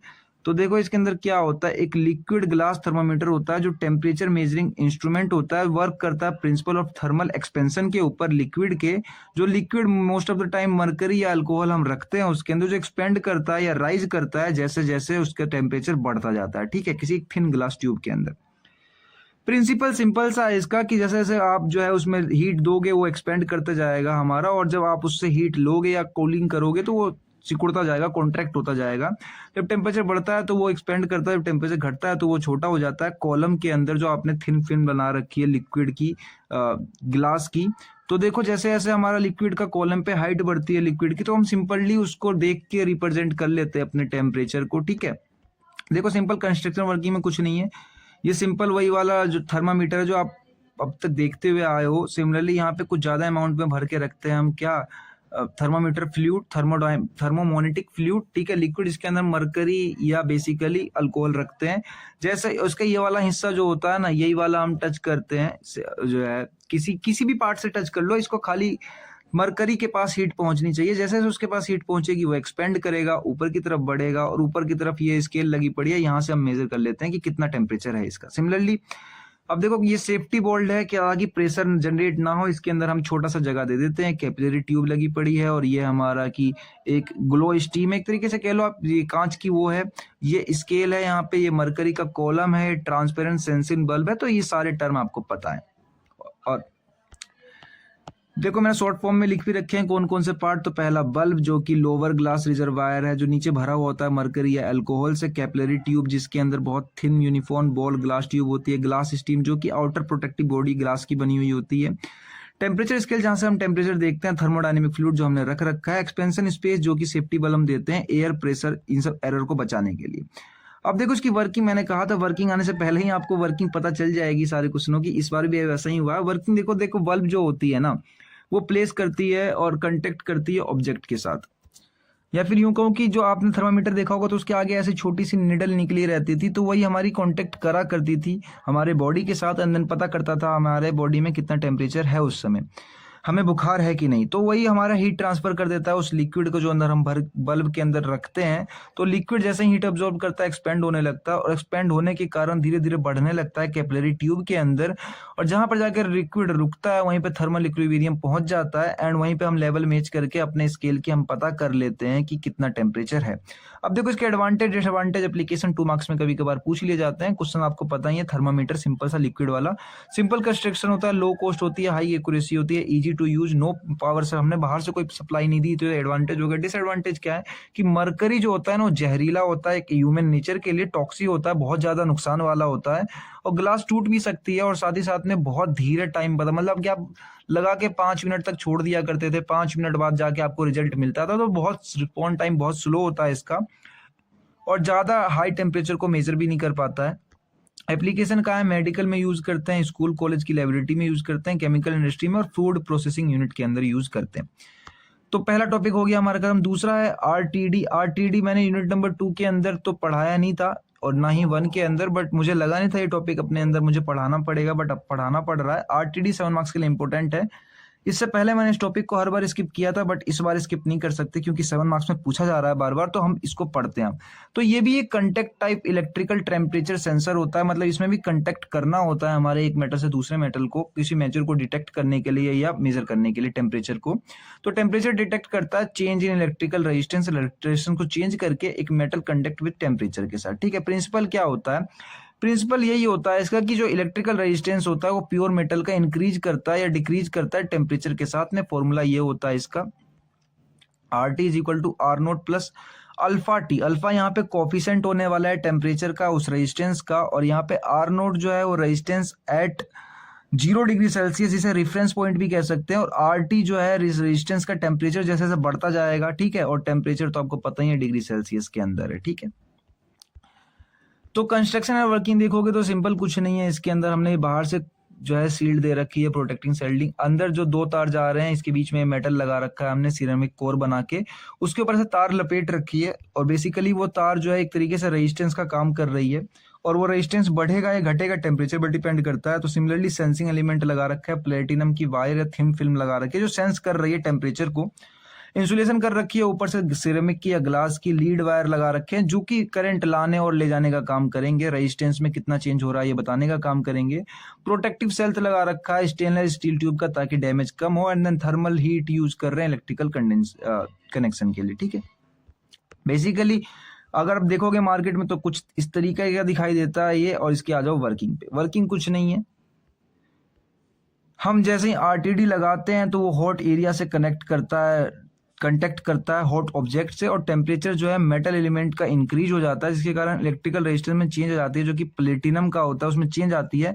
तो चेंज को हम मेजर करते हैं व्हीट स्टोन ब्रिज की हेल्प से या कांस्टेंट करंट सोर्स की हेल्प से, दोनों में से कोई सा भी कर सकते हैं, जिसके कारण मेजर रेजिस्टेंस करके हम टेम्परेचर में उसको कैलिब्रेट कर लेते हैं, और जो कि हमें डिस्प्ले दिख जाती है बाहर डिजिटल फॉर्म के अंदर। बेसिकली इतना ही था। अब देखो इसकी जो वायरिंग कनेक्शन सिस्टम होती है वो 2 वायर भी लगाते हैं हम उसके ऊपर, 3 वायर भी लगाते हैं और 4 वायर भी लगाते हैं। जो मैंने से डायग्राम बना रखा था इसमें 2 लीड वायर आ रहे थे और उसे लपेटा गया, तो 3 वायर भी लपेटते हैं हम और कभी कभार 4 वायर भी लपेटते हैं। अब देखो लपेटते कब है उसके ऊपर, पहला 2 बहुत कम एक्यूरेसी, 3 कॉमन होता है, और जो 4 होता है वो हायर एक्यूरेसी में यूज करा जाता है। एडवांटेज इंपॉर्टेंट है, 2 मार्क्स के लिए मैं लिख देता हूँ। तो बहुत ज़्यादा एक्यूरेसी होती है इसकी, एक्सीलेंट रिपीटेबिलिटी, यानी कि सेम टेम्परेचर मिलती है आपको, बार बार आप चेक करोगे तो भी सेम ही मिलेगी, मतलब बहुत अच्छी रिपीटेबिलिटी होती है इसकी, और स्टेबिलिटी ज़्यादा होती है लंबे समय के लिए, और लीनियर आउटपुट मिलता है हमें। डिसएडवांटेज ये होता है कि बहुत ज़्यादा महंगा होता है थर्मोकपल से कंपेयर करा जाए तो, और बहुत लेट स्लो रिस्पॉन्स टाइम होता है, जैसे हमारे पिछले वाले का भी था। सेंसिटिव होता है मैकेनिकल वाइब्रेशन पे, यानी वाइब्रेशन हो रहा है तो उसको भी सेंस कर लेता है, और बहुत ज़्यादा एक्सटर्नल पावर सप्लाई जो चाहिए होती है इसको चलाने के लिए, क्योंकि आप वैसे भी रेजिस्टेंस चेंज चेक करने वाले हो तो एक्सटर्नल सप्लाई तो चाहिए ही चाहिए। अब देखो एरर इन आरटीडी 2 मार्क्स में क्वेश्चन आता है, एरर क्या क्या होता है, तो लीड वायर आपका जो है रेजिस्टेंस वो खराब हो जाए, या सेल्फ हीटिंग एरर आ जाए, खुद वो गर्म होने लगे, या मैकेनिकल स्ट्रेंथ ऑफ प्लेटिनम जो है वो कम पड़ जाए, कैलिब्रेटेड ड्रिफ्ट यानी जो आपने कैलकुलेट करके रखा उसके अंदर कुछ एरर आ रही है, या इलेक्ट्रिकल नॉइस। इलेक्ट्रिकल नॉइस एक ऐसा वर्ड है जो हर किसी के अंदर एरर लेकर आता है। इलेक्ट्रिकल नॉइस मतलब ज्यादा इलेक्ट्रिक आ रही है, जा रही है, मतलब कुछ इलेक्ट्रिकल डिस्ट्रीब्यूशन हो रहा है अंदर, जिसके कारण डिफरेंस आ रहा है। अब देखो कभी कभार पेपर में इसके बीच में डिफरेंस पूछ लिया जाता है कि आरटीडी और थर्मोकपल में डिफरेंस क्या होता है 2 मार्क्स के अंदर। तो देखो जो एक्यूरेसी होती है वो आरटीडी की हाई होती है, थर्मोकपल की कम होती है। रिस्पॉन्स टाइम आरटीडी की और कम होती है लेकिन थर्मोकपल की फास्ट होती है। पावर सप्लाई इसको चाहिए होती है, इसको थर्मोकपल को नहीं। थर्मोकपल आपने अभी पढ़ा नहीं है तो आपको आइडिया नहीं होगा, लेकिन जब आप पढ़ लोगे एक बार थर्मोकपल तो और अच्छे से रिलेट कर पाओगे। मैंने इसलिए अभी बता दिया ताकि छोटे छोटे पॉइंट थे, बाद में मेरे को याद रहेंगे नहीं रहेंगे, इसलिए मैंने अभी बता दिया। मैक्सिमम टेम्परेचर जो है आरटीडी का 850-800 जाता है, लेकिन थर्मोकपल का 1800 जाता है। वैसे यहाँ मैंने गलत लिख रखा है, नहीं 1800 तक जाता है, ठीक है। मेरे ख्याल से 18,000 होना चाहिए, अगर आगे 18,000 हुआ तो यहाँ 18,000 कर देंगे, वैसे तो 18,000 बहुत ज़्यादा हो जाएगा, तो मेरे ख्याल से 1800 ही होगा। और स्टेबिलिटी जो होती है इसकी एक्सीलेंट होती है, इसकी मॉडरेट होती है। कॉस्ट आरटीडी की हाई होती है और थर्मोकपल की थर्मोकपल में बताऊं तो सबसे सस्ता होता है, एक आगे और आएगा उससे भी सस्ता थर्मोकपल। एप्लीकेशन पावर प्लांट के अंदर, केमिकल इंडस्ट्री के अंदर, ऑयल और गैस के इंडस्ट्री के अंदर, न्यूक्लियर प्लांट्स के अंदर, HVAC और फूड प्रोसेसिंग प्लांट के अंदर, ठीक है। 2 मार्क्स में पूछ लिया था।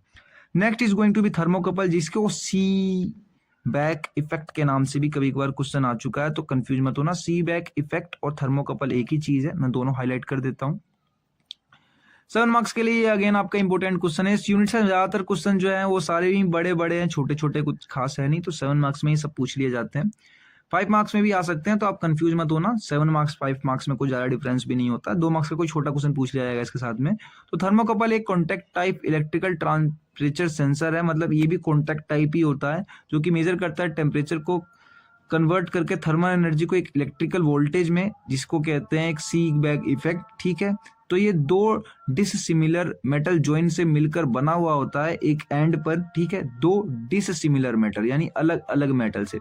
प्रिंसिपल क्या होता है, जब दो डिससिमिलर मेटल ज्वाइन करे जाते हैं दो जंक्शन पे, किसी एक और दो जंक्शन को मेंटेन करा जाता है डिफरेंट टेम्परेचर पे, तो इलेक्ट्रोमैग्नेटिक फोर्स जनरेट होती है। डेट्स इट, ये रही हमारी वो electric magnetic force. E directly proportional to directly proportional का चिन्ह है, सॉरी अल्फा का चिन्ह है, कोफिशिएंट है ये T1 माइनस T2। तो देखो सीबेक इफेक्ट कोफिशिएंट अल्फा होता है हमारा, और E is equal to generated voltage, hot junction temperature, ये कोल्ड जंक्शन टेम्परेचर। डायग्राम देखो तो आपको समझ में आ जाएगा। वैसे न्यूमेरिकल्स में काम आते हैं फॉर्मूले, आप लिखना चाहो लिख सकते हो पेपर में, ऑप्शनल है, आपके मन के ऊपर है कि आप चाहो तो लिख दो, चाहो तो मत लिखो। Generated voltage depend only the temperature difference, not absolute temperature. जो हमारी जो वोल्टेज होती है वो खाली टेम्परेचर डिफरेंस पे ही अकर करती है। देखो सिंपल डायग्राम, इसका कुछ है नहीं खास। ये हमारा हॉट जंक्शन हो गया, और जो पीछे रेफरेंस के लिए डाल रखा है हमने कोल्ड जंक्शन डाल रखा है। वायर बी आ रही है, वायर ए आ रही है। एक वायर तो गर्म होती है, एक वायर ठंडी होती है। वायर ठंडी हो चाहे गर्म हो उससे फर्क नहीं, क्योंकि ये जो जगह है हॉट जंक्शन और कोल्ड जंक्शन, ये बहुत ज्यादा डिफरेंस रखता है। इसकी वोल्टेज अलग होती है V1, इसकी वोल्टेज अलग होती है V2। और साथ ही साथ में जो हमारे यहाँ पे एक मशीन लगा रखा है हमने, जो मेजर कर रहा होता है दोनों की वोल्टेज को, V1 minus V2 dealt voltage हमारी मेजर कर रही होती है यहाँ पे, ठीक है। कंपोनेंट देखो, दो डिसिमिलर जो मेटल लगाए गए हैं, आप सोच रहे होगे कहाँ पे लगाए गए हैं, तो दो डिसिमिलर मेटल, एक तो इस प्लेट पे लगाया गया है कोल्ड जंक्शन पे, तो दोनों को कलेक्ट करके रख रहा है, तो यहाँ पर ही लगाया गया दो डिसिमिलर जंक्शन। मैं आपको आगे और डिटेल में और समझाऊंगा। तो देखो दो डिसिमिलर मेटल वायर लगाए गए हैं, मेटल वायर, सॉरी मेरा भी दिमाग घूम गया, मेटल वाला क्वेश्चन अलग आएगा। इसके मेटल वायर है, तो ये रहे दो अलग अलग वायर, ठीक है, दो अलग अलग वायर, एक वायर ए एक वायर बी, दो अलग अलग डिसिमिलर वायर लगाए गए हैं, ठीक है, जो कि टेम्परेचर को सेंस करने वाले हैं। हॉट जंक्शन आगे की तरफ देखा आपने, कोल्ड जंक्शन पीछे की तरफ है। हॉट जंक्शन टेम्परेचर को मेजर करता है, कोल्ड जंक्शन क्या करता है, रेफरेंस पॉइंट होता है हमारा। इंसुलेशन करी जाती है दोनों ही सर्किट के ऊपर, ताकि शॉर्ट सर्किट ना हो, और इसके ऊपर एक शील्ड लगाया है, मैकेनिकल प्रोटेक्टिव शील्ड कहते हैं। सिमिलरली देखोगे तो इसका असली में जो फोटो दिखाई देता है, ये हमारा क्या है, यहाँ पे ब्रिज, क्योंकि रेजिस्टेंस में चेंज होने वाला है, तो यहाँ पर हम ये अपना थर्मोमीटर लगा के रखते हैं, ठीक है। अब देखो हम पढ़ क्या रहे हैं, थर्मोकपल पढ़ रहे हैं, ठीक है, थर्मोकपल ही पढ़ रहे हैं ना। इतने सारे इसमें मैंने अभी थोड़ी देर पहले नोट्स बनाए हैं बैठ के, कि मैं खुद ही कंफ्यूज हो रहा हूं कि कौन सा किसका नाम है। आप ध्यान से पढ़ना, मुझे कंफ्यूजिंग सा लग रहा है ये, वैसे भी सारे का डायग्राम सेम सा ही है, तो आप भी कंफ्यूज हो सकते हो। ध्यान से पढ़ना। वर्किंग क्या है कि जो हॉट जंक्शन है वो कांटेक्ट करता है हमारे उस हॉट ऑब्जेक्ट के साथ में, और कोल्ड जंक्शन होता है वो हमारा रेफरेंस पॉइंट होता है। तो इन दोनों के बीच में जो टेम्परेचर डिफरेंस आता है, छोटा सा होता है, वो मिली वोल्ट्स में होता है, वो जनरेट होता है, वो वोल्टेज फ्लो करता है सर्किट के अंदर, और वही वोल्ट जो है वो मीटर हमारा वोल्टेज को मेजर कर लेता है, और मेजर करने के बाद उसको कन्वर्ट कर देता है रीडिंग के अंदर। एडवांटेज, डिसएडवांटेज और एप्लीकेशन सॉरी, तो ये सब 2 मार्क्स के लिए इंपॉर्टेंट है थर्मोकपल के। अब देखो क्या क्या एडवांटेज, सिंपल कंस्ट्रक्शन है, ज्यादा झोलझाल नहीं होता इसके अंदर, आपने देखा होगा, दिखने में भी सिंपल सा ही लग रहा होगा। कॉस्ट भी कम होती है, बहुत ज्यादा टेम्परेचर होता है इसका, वेरी वाइड हाई टेम्परेचर पे भी यूज कर सकते हैं। फास्ट रिस्पॉन्स होता है, अब तक जितने पढ़े थे हमने स्लो रिस्पॉन्स था, ये पहला आया जिसके अंदर फास्ट रिस्पॉन्स है। एक्सटर्नल सप्लाई इसके अंदर भी नहीं चाहिए होती है, क्योंकि हम टेम्परेचर डिफरेंस को ही बस खाली मेजर कर रहे हैं, अपनी तरफ से कोई सप्लाई नहीं दे रहे हैं। डिसएडवांटेज क्या है कि बहुत कम एक्यूरेसी होती है आरटीडी के मुकाबले में। वैसे आरटीडी महंगा भी है तो एक्यूरेसी हाई होती है उसकी, और जो कोल्ड जो जंक्शन होता है वो कंसेशन हमें चाहिए ही चाहिए होता है। आउटपुट वोल्टेज बहुत कम होती है, जिसको बढ़ाना पड़ता है हमें, और लो नॉन लीनियर आउटपुट मिलता है, लेकिन आरटीडी में लीनियर आउटपुट मिल रहा था, ठीक है। और मैंने कहा था इलेक्ट्रिकल नॉइज जो होती है वो इलेक्ट्रिकल डिस्ट्रीब्यूशन होता है इनके बीच में, तो वो होता ही है, जहां जहां इलेक्ट्रिकल की बात होगी वहां। एप्लीकेशन सिमिलर फर्नेस में, बॉयलर में, गैस टरबाइन में, पावर प्लांट में, केमिकल रिएक्टर्स में। आप देख लो, वैसे तो सब में सेम से ही है, 2-3 भी नाम याद रखोगे तो मोर देन सफिशिएंट। देखो एरर क्यों आता है, तो इलेक्ट्रिकल नॉइज मैंने एक नाम बताया था, इसके कारण आएगा ही आएगा। कोल्ड जंक्शन एरर आता है कभी कभार कंटेक्ट रेजिस्टेंस में आता है, कभी कभार ऑक्सीडेशन ऑफ मेटल हो जाता है जो हमने मेटल लगा रखा है, या थर्मल शंटिंग यानी थर्मल के बीच में कुछ डिफरेंस हो जाती है, जिसके कारण भी हमें देखने को मिलता है एरर। एरर 2 मार्क्स में कभी कभार पूछा जाता है, तो मैंने सबके ही एरर लिख दिए हैं, पर पूछा एक कहीं गया था एरर। अब देखो next topic is going to be important, bimetallic thermometer. अब बाय मेटेलिक मैंने आपको बताया कि ये भी इंपॉर्टेंट क्वेश्चन है, 7 मार्क्स में ये भी आता है, तो मैं लिख भी देता हूँ यहाँ, 7 मार्क्स के लिए इंपॉर्टेंट क्वेश्चन है। तो बाईमेटेलिक थर्मामीटर एक मैकेनिकल टेम्परेचर मेजरिंग इंस्ट्रूमेंट है जो कि काम करता है, प्रिंसिपल करता है दो अनइक्वल थर्मल एक्सपेंशन पे, जो कि दो मेटल से अलग अलग एक दूसरे से जोड़ कर रखे हुए होते हैं। देखो पिछली बार में हमने तार जोड़े थे दो अलग अलग, इस बार हमने मेटल जोड़े हैं दो अलग अलग, ठीक है। तो देखो कर क्या रहा है, ये कर कुछ नहीं रहा है, ये कन्वर्ट कर रहा है टेम्परेचर चेंज होने के कारण मैकेनिकल मोशन में, और मैकेनिकल मोशन से हम पॉइंटर चला रहे हैं और पॉइंटर से हमें रीडिंग मिल रही है। कैसे, अभी देखना। अभी आप प्रिंसिपल उससे पहले समझ लो। प्रिंसिपल क्या होता है कि दो अलग अलग मैटर को हम एक्सपेंड कर देते हैं different amount of when heated. जब वो हीट होते हैं तो अलग अलग मेटल डिफरेंट डिफरेंट अमाउंट में एक्सपेंड होते हैं। जब वो एक्सपेंड होते हैं तो decimal metal bonded into a single strip, किसी एक सिंगल स्ट्रिप से बंधे हुए होते हैं। तो जब टेम्परेचर चेंज होता है तो एक मैटर एक्सपेंड ज्यादा करता है और एक कम एक्सपेंड करता है, ठीक है। तो जो मैटर एक्सपेंड करता है उसके कारण बेंडिंग मूवमेंट जो है उस स्ट्रिप पे बनने लग जाती है, और जो बेंडिंग मूवमेंट है वो कन्वर्ट हो जाती है रोटेशनल मूवमेंट में, क्योंकि मुड़ नहीं पाता है, वो सीधा घूम जाता है। तो उसके कारण हम एक पॉइंटर चला लेते हैं, ठीक है। अब देखो कैसे, इसके अंदर जो दिख रहा है आपको, ये दो मेटल वाली स्ट्रिप लगी पड़ी है हमारी, एक तरफ तो दूसरा मेटल है, एक ज्यादा जल्दी हीट होता है, एक थोड़ा लेट हीट होता है।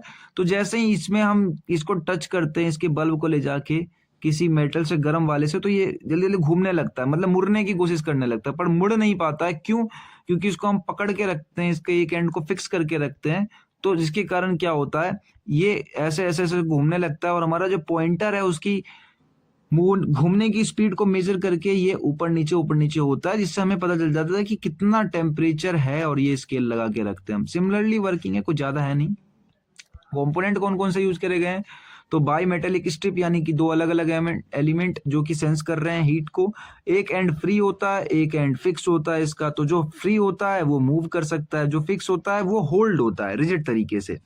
अब जो लीनियर गियर मैकेनिज्म है वो कन्वर्टर मोशन है, मोशन को कन्वर्ट कर देता है, और जो हमें सिमिलरली पॉइंटर लगा पड़ा है वो इंडिकेट कर देता है टेम्परेचर को। प्रोटेक्टिव केस लगी होती है, और मैकेनिकल प्रोटेक्शन के लिए बाहर से हम एक प्रोटेक्टिव केस लगा के रखते। सिमिलरली कुछ इस तरीके से दिखाई देता है रियल वर्ल्ड सिनेरियो के अंदर। अब इसकी वर्किंग पे आ जाओ। मैंने कहा था वर्किंग आने से पहले ही आपको समझ में आ जाएगा। अब देखो वर्किंग तो आप खुद भी लिख सकते हो, जरूरी नहीं है मेरी लैंग्वेज में ही लिखना है, अगर आप चाहो तो अपनी लैंग्वेज में भी लिख सकते हो। देखो जो हमारा स्टीम होता है वो एक गर्म हिस्से पर रख दिया, मतलब गर्म ऑब्जेक्ट से कांटेक्ट करा दिया जाता है, तो इसके कारण हीट ट्रांसफर हो जाती है बाय मेटेलिक स्ट्रिप के अंदर, और टेम्परेचर बढ़ने के कारण एक मेटल ज्यादा एक्सपेंड होता है, एक थोड़ा कम होता है, जिसके कारण दोनों के बीच में बेंडिंग आने लगती है। बेंडिंग के कारण वो जो स्पिंडल वो रोटेट करने लगता है, और जब स्पिंडल रोटेट करता है तो पॉइंटर भी रोटेट करता है, और पॉइंटर हमें मूव करके डायल पे टेम्परेचर की रीडिंग शो करनी शुरू कर देता है डायरेक्टली, ठीक है। और जब हमारा टेम्परेचर गिरता है तो स्ट्रिप बेंड रुक जाता है और एक दूसरे के अपोजिट हो जाता है, जिसके कारण पॉइंटर जो है दोबारा से अपने पॉइंट पे मूव कर जाता है, मतलब रुक जाता है। इनडायरेक्टली कहूँ तो सब कुछ अब हमारा मैकेनिज्म रुक जाता है, पहले रोटेट हो रहा था वो रुक जाता। एरर क्या होता है इसके अंदर, तो मेटेलिक फ्रिक्शन ज्यादा होता है, क्योंकि हम बेंडिंग कर रहे हैं, मूवमेंट हो रहा है। कैलिब्रेशन ट्रिप होता है, यानी कि आपको चेक करना पड़ेगा बार बार, कभी कभार इसमें कैलिब्रेटेड वैल्यू जो है मैकेनिकल रोटेशन के कारण खराब हो जाती है। एनर्जिंग ऑफ मेटल होती है, वाइब्रेशन होती है इसके अंदर, और नॉन यूनिफॉर्मल बॉन्डिंग ऑफ मेटल भी कई बार देखने को मिलता है, यानी कि दोनों मेटल एक दूसरे से अच्छे तरीके से बॉन्ड नहीं करते हैं, जिसके कारण रोटेशन ज्यादा जल्दी या कम हो जाती है। एडवांटेज क्या क्या है इसके, 2 मार्क्स के लिए इंपॉर्टेंट है, मैं बताता हूँ। एडवांटेज सबके इंपॉर्टेंट होते हैं। तो बाहर से हमने कोई सप्लाई नहीं ली है, सिंपल मैकेनिज्म कंस्ट्रक्शन है, लो कॉस्ट लगती है, और रजिड एंड ड्यूरेबल मतलब ज्यादा देर तक चलने वाला, बहुत आसानी से इंस्टॉल कर सकते हैं, और ज्यादा देखो लॉन्ग सर्विस लाइफ, ये ज्यादा दिन तक चलेगा। डिसएडवांटेज क्या है कि इसमें जो है लोअर एक्यूरेसी मिलती है हमें, आरटीडी और थर्मोकपल से भी लोअर मिलती है, बहुत इसका रिस्पॉन्स टाइम ज्यादा होता है, मैकेनिकल वियर का खतरा होता है, क्योंकि इसमें जो है मैकेनिकल रोटेशन आ रही है, और सुटेबल नहीं होता हाई टेम्परेचर के लिए। अब देखो इसके एप्लीकेशन बॉयलर में, फर्नेस में, और रेफ्रिजरेटर में, ओवंस यानी कि ओवंस बड़े बड़े भट्टे से होते हैं उस टाइप में, उसके HVAC में और कंप्रेसर में, तो यहाँ पर इसका यूज किया जाता है। कभी कभार इन तीनों के बीच में ही या दोनों के बीच में डिफरेंस आ जाती है, तो मैं डिफरेंस साथ साथ में लिखते हुए चल रहा हूँ। अब तो आपने बायोमेटेलिक भी पढ़ लिया और आरटीडी भी पढ़ लिया, तो आपको कंफ्यूजन नहीं होने वाला। देखो प्रिंसिपल क्या होता है, एक मैकेनिकल स्पेंड करता है और एक में इलेक्ट्रिकल रेजिस्टेंस होता है। देखा आपने, दोनों देखा था, एक में स्ट्रिप घूमती है और एक में हम इलेक्ट्रिकल रेजिस्टेंस का टेम्परेचर डिफरेंस देखते हैं। एक में पावर सप्लाई के लिए हमें इसमें चाहिए नहीं होती है, लेकिन आरटीडी में चाहिए होती है। एक्यूरेसी जो होती है इसकी कम होती है, इसकी ज्यादा होती है, तो ये महंगा भी होता है। और जो मैक्सिमम टेम्परेचर होता है इसका 500 तक ही जाता है, इसका 850 तक जाता है। कॉस्ट देखो, इसकी लो है, इसकी हाई है। और एज वेल एज आउटपुट जो होता है इसका सिंपल हमें डायल रीडिंग के थ्रू मिल जाता है, लेकिन इसका इलेक्ट्रिकल सिग्नल के थ्रू मिलता है। इसको बाद में चेंज करना पड़ता है हमें डिजिटल सिग्नल में। एंड देन आगे बात करूं तो that is going to be our next important topic, that is thermistor. ठीक है, तो ये जो मिस्टर नाम के भैया जी हैं, ये भी बहुत बार पूछे गए हैं AKTU के अंदर, तो ये भी इंपॉर्टेंट है अगर एग्जाम पॉइंट ऑफ व्यू से देखो तो 7 मार्क्स के लिए। ठीक है, तो ये एक तरीके का टेम्परेचर सेंसिटिव सेमीकंडक्टर रेजिस्टेंस होता है, जो कि इलेक्ट्रिकल रेजिस्टेंस चेंज करने के कारण शार्पली टेम्परेचर डिफरेंस हमें करके बताता है। इसका फुल फॉर्म अगर आप पेपर में ये डायग्राम सा बना दोगे तो बहुत अच्छा इंपैक्ट पड़ता है कि थर्मिस्टर दो चीजों से मिलकर बना हुआ होता है। एक तो थर्मल एनर्जी को कंज्यूम कर रहा होता है, साथ ही साथ में इसके अंदर एक लगा हुआ होता है रजिस्टर। ठीक है, तो थर्मिस्टर का मतलब होता है थर्मल प्लस रजिस्टर। प्रिंसिपल क्या होती है, तो इसका थर्मिस्टर जो काम करता है किस प्रिंसिपल पर वर्क करता है, तो ये electrical resistance of A semiconductor को चेंज कर देता है रैपिडली टेम्परेचर के साथ में। अब देखो टाइप्स ऑफ थर्मिस्टर सॉरी, जो इसके टाइप्स होते हैं कभी कभार पेपर में जो टाइप ऑफ थर्मिस्टर है हमारा, ये कभी कभार AKTU के अंदर 2 मार्क्स में पूछ लिया जाता है। तो मैं आपको दिखा देता हूं ये किस तरीके से होता है। तो जो हमारा टाइप ऑफ थर्मिस्टर है डेट से 2 मार्क्स में, तो ये दो तरीके से होता है। पहला होता है नेगेटिव, दूसरा होता है पॉजिटिव। देखो नेगेटिव पॉजिटिव का क्या सीन है, इसके अंदर क्या कॉन्सेप्ट है मैं बता रहा हूँ। तो देखो जो नेगेटिव होता है उसमें क्या होता है कि रेजिस्टेंस डिक्रीज करती है, घटती है, और टेम्परेचर बढ़ता है। ठीक है, जैसे जैसे रेजिस्टेंस घटता जाएगा वैसे वैसे टेम्परेचर बढ़ता जाएगा। तो इसको हम कहाँ यूज करते हैं, टेम्परेचर में मेजरमेंट में, मैकेनिकल इक्विपमेंट में और इलेक्ट्रॉनिक्स में। ठीक है, देखो यार टेम्परेचर बढ़ रही है तो क्या हो रहा है, रेजिस्टेंस हमारा घट रहा है। ठीक है, क्योंकि हम रेजिस्टेंस को चेंज से ही हम टेम्परेचर जो है मेजर कर रहे हैं थर्मिस्टर के अंदर। दूसरा होता है पॉजिटिव वाला, जब क्या होता है कि हमारा रेजिस्टेंस भी बढ़ता है और टेम्परेचर भी बढ़ता है। तो बड़े लेवल पे जैसे मोटर कंट्रोलिंग में, ओवर करंट प्रोटेक्शन में, या फिर सेल्फ रजिस्टेंसिंग फॉल्स में हम टेम्परेचर जब बढ़ती है तो रेजिस्टेंस भी बढ़ता है, वो वाला थर्मिस्टर यूज करते हैं। ठीक है, अब देखो कंस्ट्रक्शन ऑफ थर्मिस्टर होता है क्या, छोटे छोटे, बहुत छोटे छोटे एक तरीके से इलेक्ट्रॉनिक कंपोनेंट होते हैं, जिसके 2 पॉजिटिव एक नेगेटिव करके टर्मिनल्स होते हैं, लीड कहा जाता है। और जो ये हमारे छोटे से होते हैं यही हमारे ग्लास बेड होते हैं, लीड के थ्रू इनके अंदर करंट आता है, और इसके डिफरेंट डिफरेंट शेप होते हैं। मैंने सारे शेप के बना रखे हैं, पेपर में बनाने लायक डायग्राम बना के लेकर आता हूँ ताकि आप पेपर में इजिली बना सको।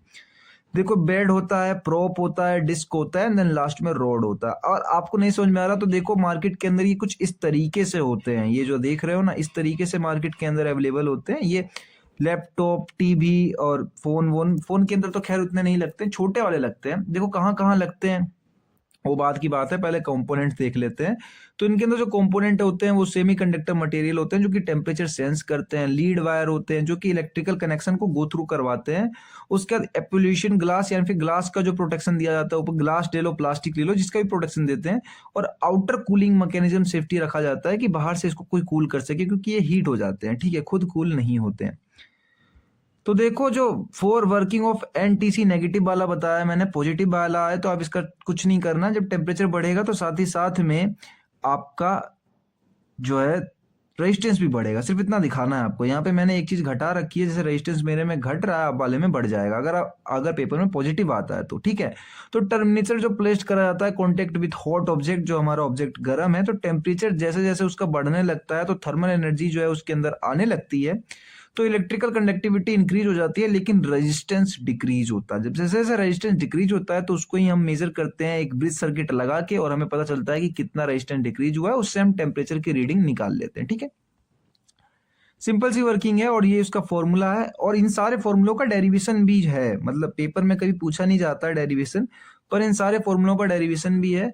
तो अगर मैं इनके पार्ट्स बना के लेक्चर के अपलोड करूंगा तो मैं इनके डेरिवेशन भी करके दिखाऊंगा। वैसे डेरिवेशन पूछे नहीं जाते हैं, पर डेरिवेशन अच्छा लगता है अगर कोई तैयार करे तो। जैसे RT R0 e की power b divide by T1 divide by T minus 1 divide by T note. RT जो है रेजिस्टेंस का टेम्परेचर है जो हमारा बेसिकली घटने वाला है। R नोट क्या है, जो हम reference point temperature T note लेके चल रहे हैं। B क्या है, मटेरियल का कांस्टेंट है कि आप कौन सा मटेरियल यूज कर रहे हो, उसके अंदर सेमीकंडक्टर मटेरियल यूज करा जाता है। और T जो है एब्सोल्यूट टेम्परेचर है, केल्विन में ही हम कैलकुलेट करते हैं क्योंकि SI यूनिट होती है उसकी। तो मुझे लगता नहीं अब तक आपको ये टॉपिक को समझ में नहीं आ रहा होगा, देन मैं आगे चलता हूँ ये मान के कि आपको समझ में आ गया होगा।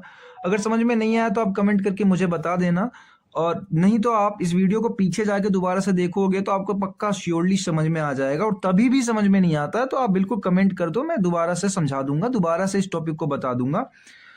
देखो एडवांटेज क्या होता है कि वेरी हाई सेंसिबिलिटी होती है, बहुत जल्दी सेंसिबिलिटी, स्मॉल साइज के होते हैं, फास्ट रिस्पॉन्ड टाइम भी होता है इनके पास, लो कॉस्ट के होते हैं, गुड एक्यूरेसी देते हैं, नैरो टेम्परेचर के रेंज के, छोटे छोटे टेम्परेचर, बहुत कम छोटे छोटे टेम्परेचर पे यूज करा जाता है, और डिजिटल सिस्टम के लिए तो बहुत अच्छे होते हैं। ठीक है, उसका डिसएडवांटेज क्या है कि लीनियर आउटपुट नहीं मिलता है, और बहुत स्टेबिलिटी जो होती है RTD से बहुत कम होती है। ठीक है इसकी, और लिमिटेड टाइम का रेंज भी होता है, और सही बताऊं तो ज्यादा बड़े टेम्परेचर को मेजर भी नहीं कर पाते इससे। एप्लीकेशन कहाँ है, मेडिकल थर्मोमीटर में यूज करते हैं, डिजिटल थर्मोमीटर में यूज करते हैं, बैटरी प्रोटेक्शन में, लैपटॉप्स में यूज करते हैं, पावर सप्लाई प्रोटेक्शन में यूज करा जाता है। एरर होते हैं इसके अंदर कुछ, देखो एरर इसके पूछे नहीं गए हैं KTU के अंदर, बट एरर मैंने सोचा सबके ही बता देता हूं। तो देखो सेल्फ हीटिंग एरर तो आता ही आता है, इलेक्ट्रिकल नॉइस आती है। ठीक है, लीड वायर रेजिस्टेंस में कभी कभार दिक्कत हो जाती है, और कभी कभार कैलिब्रेशन शिफ्ट कर जाती है इसकी, कि हमें खुद नहीं पता चल रहा होता कि कौन सा वैल्यू सही है। और एंजिन इफेक्ट एक इफेक्ट होता है, तो ये वैसे भी इंपॉर्टेंट नहीं है, पर इसके अंदर अकर करता है एक थर्मिस्टर के अंदर। अब देखो कभी कभार तीनों में ही डिफरेंस मैंने लिख रखे हैं ताकि आपको आइडिया लग जाए। वैसे पूछे दो के ही जाते हैं, किसी भी दो के पूछ लिए जाते हैं, मैंने तीनों के लिख दिए ताकि आपको एक साथ ही आइडिया लग जाए। देखो अब यहाँ पे थर्मिस्टर भी है, RTD जो आपने पहले पढ़ा है, और थर्मोकपल भी जो आपने पढ़ा है। वैसे RTD बहुत महंगा होता है, थर्मोकपल सस्ता होता है, थर्मिस्टर उससे भी सस्ता होता है। ठीक है, अब देखो किस तरीके से इनकी जो पावर सप्लाई होती है थर्मिस्टर में चाहिए होती है, RTD में भी चाहिए होती है, थर्मोकपल में नहीं चाहिए होती है। सेंसिटिविटी इसकी बहुत हाई होती है, और RTD की थोड़ी मॉडरेट होती है, और थर्मोकपल की तो बहुत कम होती है। एक्यूरेसी से भी इसकी सेंसिटिविटी हाई है तो इसकी भी हाई होती है, लेकिन एक लिमिटेड रेंज तक, ज्यादा बड़े टेम्परेचर को मेजर नहीं कर पाता। लेकिन वो क्या है ना, मुझे जुकाम हो रखा था और टाइम भी नहीं था ज्यादा लेक्चर रिकॉर्ड करने का, तो मैंने ऐसे ही रिकॉर्ड कर दिया, इसलिए कभी कभार बीच में खांसी आ जा रही है। तो इसकी जो टेम्परेचर होती है ना RTD की, वो बहुत ज्यादा, मतलब एक्यूरेसी बहुत ज्यादा होती है, वाइड रेंज तक टेम्परेचर जा सकती है, और थर्मोकपल की मॉडरेट होती है। अब बात करते हैं मैक्सिमम टेम्परेचर की, तो 300 तक जाती है हमारी थर्मिस्टर की, 850 तक जाती है RTD की, और 1800 तक जाती है थर्मोकपल की। कॉस्ट सबसे कम इसकी होती है, इसकी हाई होती है, और इसकी भी लो होती है। ठीक है, थर्मिस्टर की सबसे कम होती है, थर्मोकपल से भी कम होती है। ठीक है, वेरी लो भी लिख सकते हो आप यहाँ पे। देन नेक्स्ट जो हमारा टॉपिक है, that going to be too important. ठीक है, पायरोमीटर। मैंने इंपोर्टेंट इसको नोट्स में भी लिख रखा है, क्योंकि मैं जितने साल भी गया पीछे, ये एक लौता ऐसा क्वेश्चन मिला जो हर साल पूछा जा रहा है। ठीक है, और मैं मान के चल रहा हूं कि आपकी किस्मत अच्छी होगी और आपकी किस्मत में ये क्वेश्चन होगा इस बार, पर ऐसा हो सकता है कि एग्जामिनर का इस बार दिमाग थोड़ा बदल जाए और आपकी किस्मत से ये क्वेश्चन भी चला जाए और इस साल आपको देखने को भी ना मिले। लेकिन ये इकलौता ऐसा क्वेश्चन मिला मेरे को मेजरमेंट के अंदर जो हर साल लगातार पूछा जा रहा था जब ये मेजरमेंट सब्जेक्ट था अपने पास। ठीक है, तो जो पायरोमीटर है एक non contact temperature measuring instrument है। नॉन कंटेक्ट आप पहला पढ़ रहे हैं हम, अब तक सारे कंटेक्ट वाले ही पढ़े थे जिसमें हम कंटेक्ट करते थे, जो कि मेजर करता है बहुत ज्यादा टेम्परेचर को डिटेक्ट करके एक थर्मल रेडिएशन एमिटिंग के एक हॉट बॉडी ऑब्जेक्ट के। ठीक है, कैसे काम करता है, तो बिना टच करे ऑब्जेक्ट को ये काम करता है। प्रिंसिपल क्या होता है कि पायरोमीटर काम, प्रिंसिपल जो होता है किसके ऊपर, तो ये एक प्रिंसिपल है कि हर हॉट बॉडी जो होती है इमिट करती है थर्मल रेडिएशन को, और इंटेंसिटी उसकी रेडिएशन बढ़ती जाती है टेम्परेचर के साथ साथ में। ये वैसे एक पुरानी थ्योरी दे रखी है हमें केल्विन प्लैंक ने। प्लैंक का एक और थ्योरी थी जिसमें ब्लैक बॉडी का कॉन्सेप्ट आया था कि ब्लैक बॉडी एमिट नहीं करती है रेडिएशन को, लेकिन अर्थ पे पाए जाने वाली सारी बॉडी ही एमिट करती है रेडिएशन को अगर उसका टेम्परेचर होता है तो। ठीक है, और रेडिएशन बढ़ती है टेम्परेचर के बढ़ने पे। ठीक है, तो ये किस किस पे बेस्ड होती है, तो स्टीफन बोल्ट्जमैन लॉ और प्लैंक के रेडिएशन दो लॉ दोनों पे ही बेस्ड होती है। अब देखो स्टीफन का बोल्टजमैन लॉ ये था कि E is equal to epsilon naught into sigma multiply by T to the power 4। ठीक है, ये सारे वैल्यू मैंने रखे हैं यहाँ पर, आप चेक कर सकते हो। बट मेन पॉइंट ये है आपका कि जो ब्राइटर होप है हॉट ऑब्जेक्ट, जो ब्राइटनेस होती है किसी एक हॉट ऑब्जेक्ट की, वो इंक्रीज करती है टेम्परेचर के साथ में। और जो ब्राइटनेस होती है हॉट ऑब्जेक्ट की with brightness of A filament lab, वो बिल्कुल एक फिलामेंट लैब की तरह जो है बिल्कुल काम कर रही होती है, बढ़ रही होती है टेम्परेचर के साथ में। ठीक है, हायर टेम्परेचर मतलब मोर रेडिएशन, ज्यादा रेडिएशन निकलेगी और ज्यादा डिटेक्टर सिग्नल्स भी हमें मिलेंगे। ठीक है, इसका एक और नाम मैंने देखा था एक बार केटीयू के पेपर में कि इसको ऑप्टिकल पायरोमीटर के नाम से पूछा गया था। ठीक है, तो बच्चे कंफ्यूज हो गए कि ये क्या है, ये तो हमने पढ़ा नहीं है, कुछ नया लग रहा है। तो ये है यही, पर खाली इसका नाम चेंज कर दिया, इसका नाम कर दिया ऑप्टिकल पायरोमीटर। ठीक है, पायरोमीटर पूछा ही नहीं था उस साल पूछा गया था ऑप्टिकल पायरोमीटर। ठीक है, बहुत आसान है इसकी डायग्राम। देखो ये वो ऑब्जेक्ट है जो गर्म है, जो हॉट ऑब्जेक्ट है, लेकिन हम इसे टच नहीं करने वाले हैं अपने इंस्ट्रूमेंट को। तो इससे जो बाहर रेडिएशन निकल रही है वो हॉट निकल रही है। तो ये हमने लगा रखा है अपना एक इंस्ट्रूमेंट पायरोमीटर। देखो इसके आगे जो है ये ऑब्जेक्टिव लेंस लगी हुई, जो ऑब्जेक्ट कर रहा है उनको रिसीव कर रहा है। दूसरी एब्जॉर्बर स्किन जो एब्जॉर्ब कर रही है, ये फिल्टर जो फिल्टर करके, और ये आई पीसी से यहाँ से हमें दिखाई देने वाला है कि ये कितना हॉट है और कितना नहीं है। बेसिकली वहां पे डिजिटल लगा हुआ होता है। देखो बीच में लगा होता है फिलामेंट खुद गर्म हो जाता है। गर्म होने के बाद पीसीएमसी मीटर में जाके बैटरी से जुड़ा हुआ होता है और ये बताता है हमें कि यहाँ पे कितना टेम्परेचर, फिलामेंट बताता है गर्म होके। ठीक है, हम फिलामेंट को ब्रिज सर्किट से जोड़ के रखते हैं और ब्रिज सर्किट से हमें पता चल जाता है कि फिलामेंट है कितना गर्म। ठीक है, इसका नाम ऑप्टिकल पायरोमीटर है। कंपोनेंट्स क्या क्या यूज करे गए इसके अंदर, ऑब्जेक्टिव लेंस जो कि फोकस कर रहा है रेडिएशन को, एब्जॉर्प्शन फिल्टर जो कि कंट्रोल कर रहा है लाइट की इंटेंसिटी को, टंगस्टन का फिलामेंट लगाया गया है जो रेफरेंस सोर्स से हमें लाइट ले रहा है, आईपीसी से जो कि दिखा रहा है वैल्यू को कितनी टेम्परेचर है, और जो बैटरी और रोसेट लगाई है वो फिलामेंट को कंट्रोल करने के लिए फिलामेंट की ब्राइटनेस को आमीटर लगा के रखते हैं ताकि करंट मेजर कर सके, और कैलिब्रेटेड स्केल में जो है रीड्स टेम्परेचर कर सकते हैं हम बाद में। देखो बेसिकली ये वो कॉन्सेप्ट था जो कोविड-19 में आया था। कोई ऐसा करके हमारे पास टेम्परेचर करने के लिए एक इंस्ट्रूमेंट लेकर आए थे जिससे हम बिना किसी ऑब्जेक्ट को टच करें हम उसकी टेम्परेचर मेजर कर लेते थे। तो ये आपने देखा होगा गन टाइप होता है पायरोमीटर, तो डेट इज पायरोमीटर, हम बिना किसी को टच करें सिमिलरली उसकी टेम्परेचर मेजर कर लेते हैं। अब देखो इसकी वर्किंग क्या है। वर्किंग सिमिलरली हम एम कर रहे हैं पायरोमीटर को किसी एक हॉट ऑब्जेक्ट के ऊपर, एम मतलब उसको पास में लेके जा रहे हैं, उससे रेडिएशन जो एमिट हो रही है वो ऑप्टिकल सिस्टम के अंदर आ रही है जिससे फिलामेंट जो है व्यू कर रहा है और ऑब्जेक्ट सरफेस पर उस लाइट को भेज रहा है और वहां से करंट थ्रो करके फिलामेंट के थ्रू जा रही है, डिसअपेयर हो जा रही है और ब्राइटनेस उसके इक्वल हो जा रही है जितनी सामने हमें रेडिएशन मिल रही है, जिससे आईमीटर रीड करके नोट कर रहा है और टेम्परेचर हमें दिखाई दी जा रही है कैलकुलेटेड स्केल के ऊपर। इसी को कहते हैं डिसअपियरिंग फिलामेंट मेथड। ठीक है, disappearing filament method that means pyrometer, इस नाम से भी क्वेश्चन आया है। This is called disappearing filament method. अगर 7 मार्क्स में कोई डिसअपियरिंग फिलामेंट रिलेटेड आपको क्वेश्चन देखने को मिलता है तो समझ लेना वो पायरोमीटर ही है। ठीक है, नाम बहुत है इस क्वेश्चन के, अलग अलग छोटे छोटे नाम से क्वेश्चन पूछा जा रहा है। डिसअपियरिंग फिलामेंट मेथड कौन सा है, तो डेट इज पायरोमीटर। ठीक है, इस नाम से भी क्वेश्चन आया हुआ है 7 मार्क्स में। अब देखो एडवांटेज है इसके कि सबसे पहला तो नॉन कांटेक्ट होता है, दूसरा वेरी हाई टेम्परेचर पे भी काम करता है, दूसरा सेफ फॉर ऑपरेटर, ऑपरेटर के लिए भी सेफ होता है, मूविंग ऑब्जेक्ट है, फास्ट रिस्पॉन्स मिलता है, नो मैकेनिकल वियर और लॉन्ग लाइफ चलता है। डिसएडवांटेज क्या है कि बहुत महंगा होता है थर्मोकपल के कंपेयर में या औरों के कंपेयर में भी। डिपेंड करता है इमिसिबिलिटी की, इसके अंदर जो आपने फिलामेंट लगाया वो किसका है और कितने अच्छा काम कर रहा है। अफेक्ट करता है स्मोक डस्ट फ्लेम, अगर बीच में आ रही है रेडिएशन के तो ये इफेक्ट करती है उसको। और ऑप्टिकल पायरोमीटर जो होता है वो खाली वर्क करता है एक ब्राइट ऑब्जेक्ट के ऊपर। ठीक है, ये इसके कुछ डिफेक्ट है। एप्लीकेशन देख लो आपकी, तो ये blast furnace, steel point, boilers, automobile exhaust, glass in industries और पावर प्लांट में यूज करा जाता है। जहां जहां हम इतनी हाई टेम्परेचर को छू के चेक नहीं कर सकते या कोई कॉन्टेक्ट मेथड के थ्रू चेक नहीं कर सकते तो वहां पर हम इस ऑप्टिकल मेथड का यूज करते हैं। आई होप कि आपको अब तक का सब कुछ समझ में आ गया होगा और मैं आप लोगों को बताना चाहूंगा कि आप लोग अपने यूनिट का बहुत कुछ कवर कर चुके हैं। हम सीधा लास्ट टॉपिक पे आ चुके हैं, that is force and torque management, यानी आपने 2 पार्ट कवर कर लिए हैं इस वन शॉट के। अब हम लास्ट टॉपिक पर आ गए हैं, अपने मतलब लास्ट पार्ट पर आ गए हैं इस वन शॉट के, that is force and torque management. यहाँ से भी 7 मार्क्स के क्वेश्चन बनते हैं बट ये वाला नहीं बनेगा, इसके आगे जो पढ़ाऊंगा वो बनेगा। बट समझ लो आप, ये तो छोटे छोटे टर्म है कि फोर्स क्या होता है। तो फोर्स एक तरीके का पुल होता है या पुश होता है जो कि साइज चेंज कर सकता है, डायरेक्शन चेंज कर सकता है, शेप और स्पीड ऑफ बॉडी चेंज कर सकता है।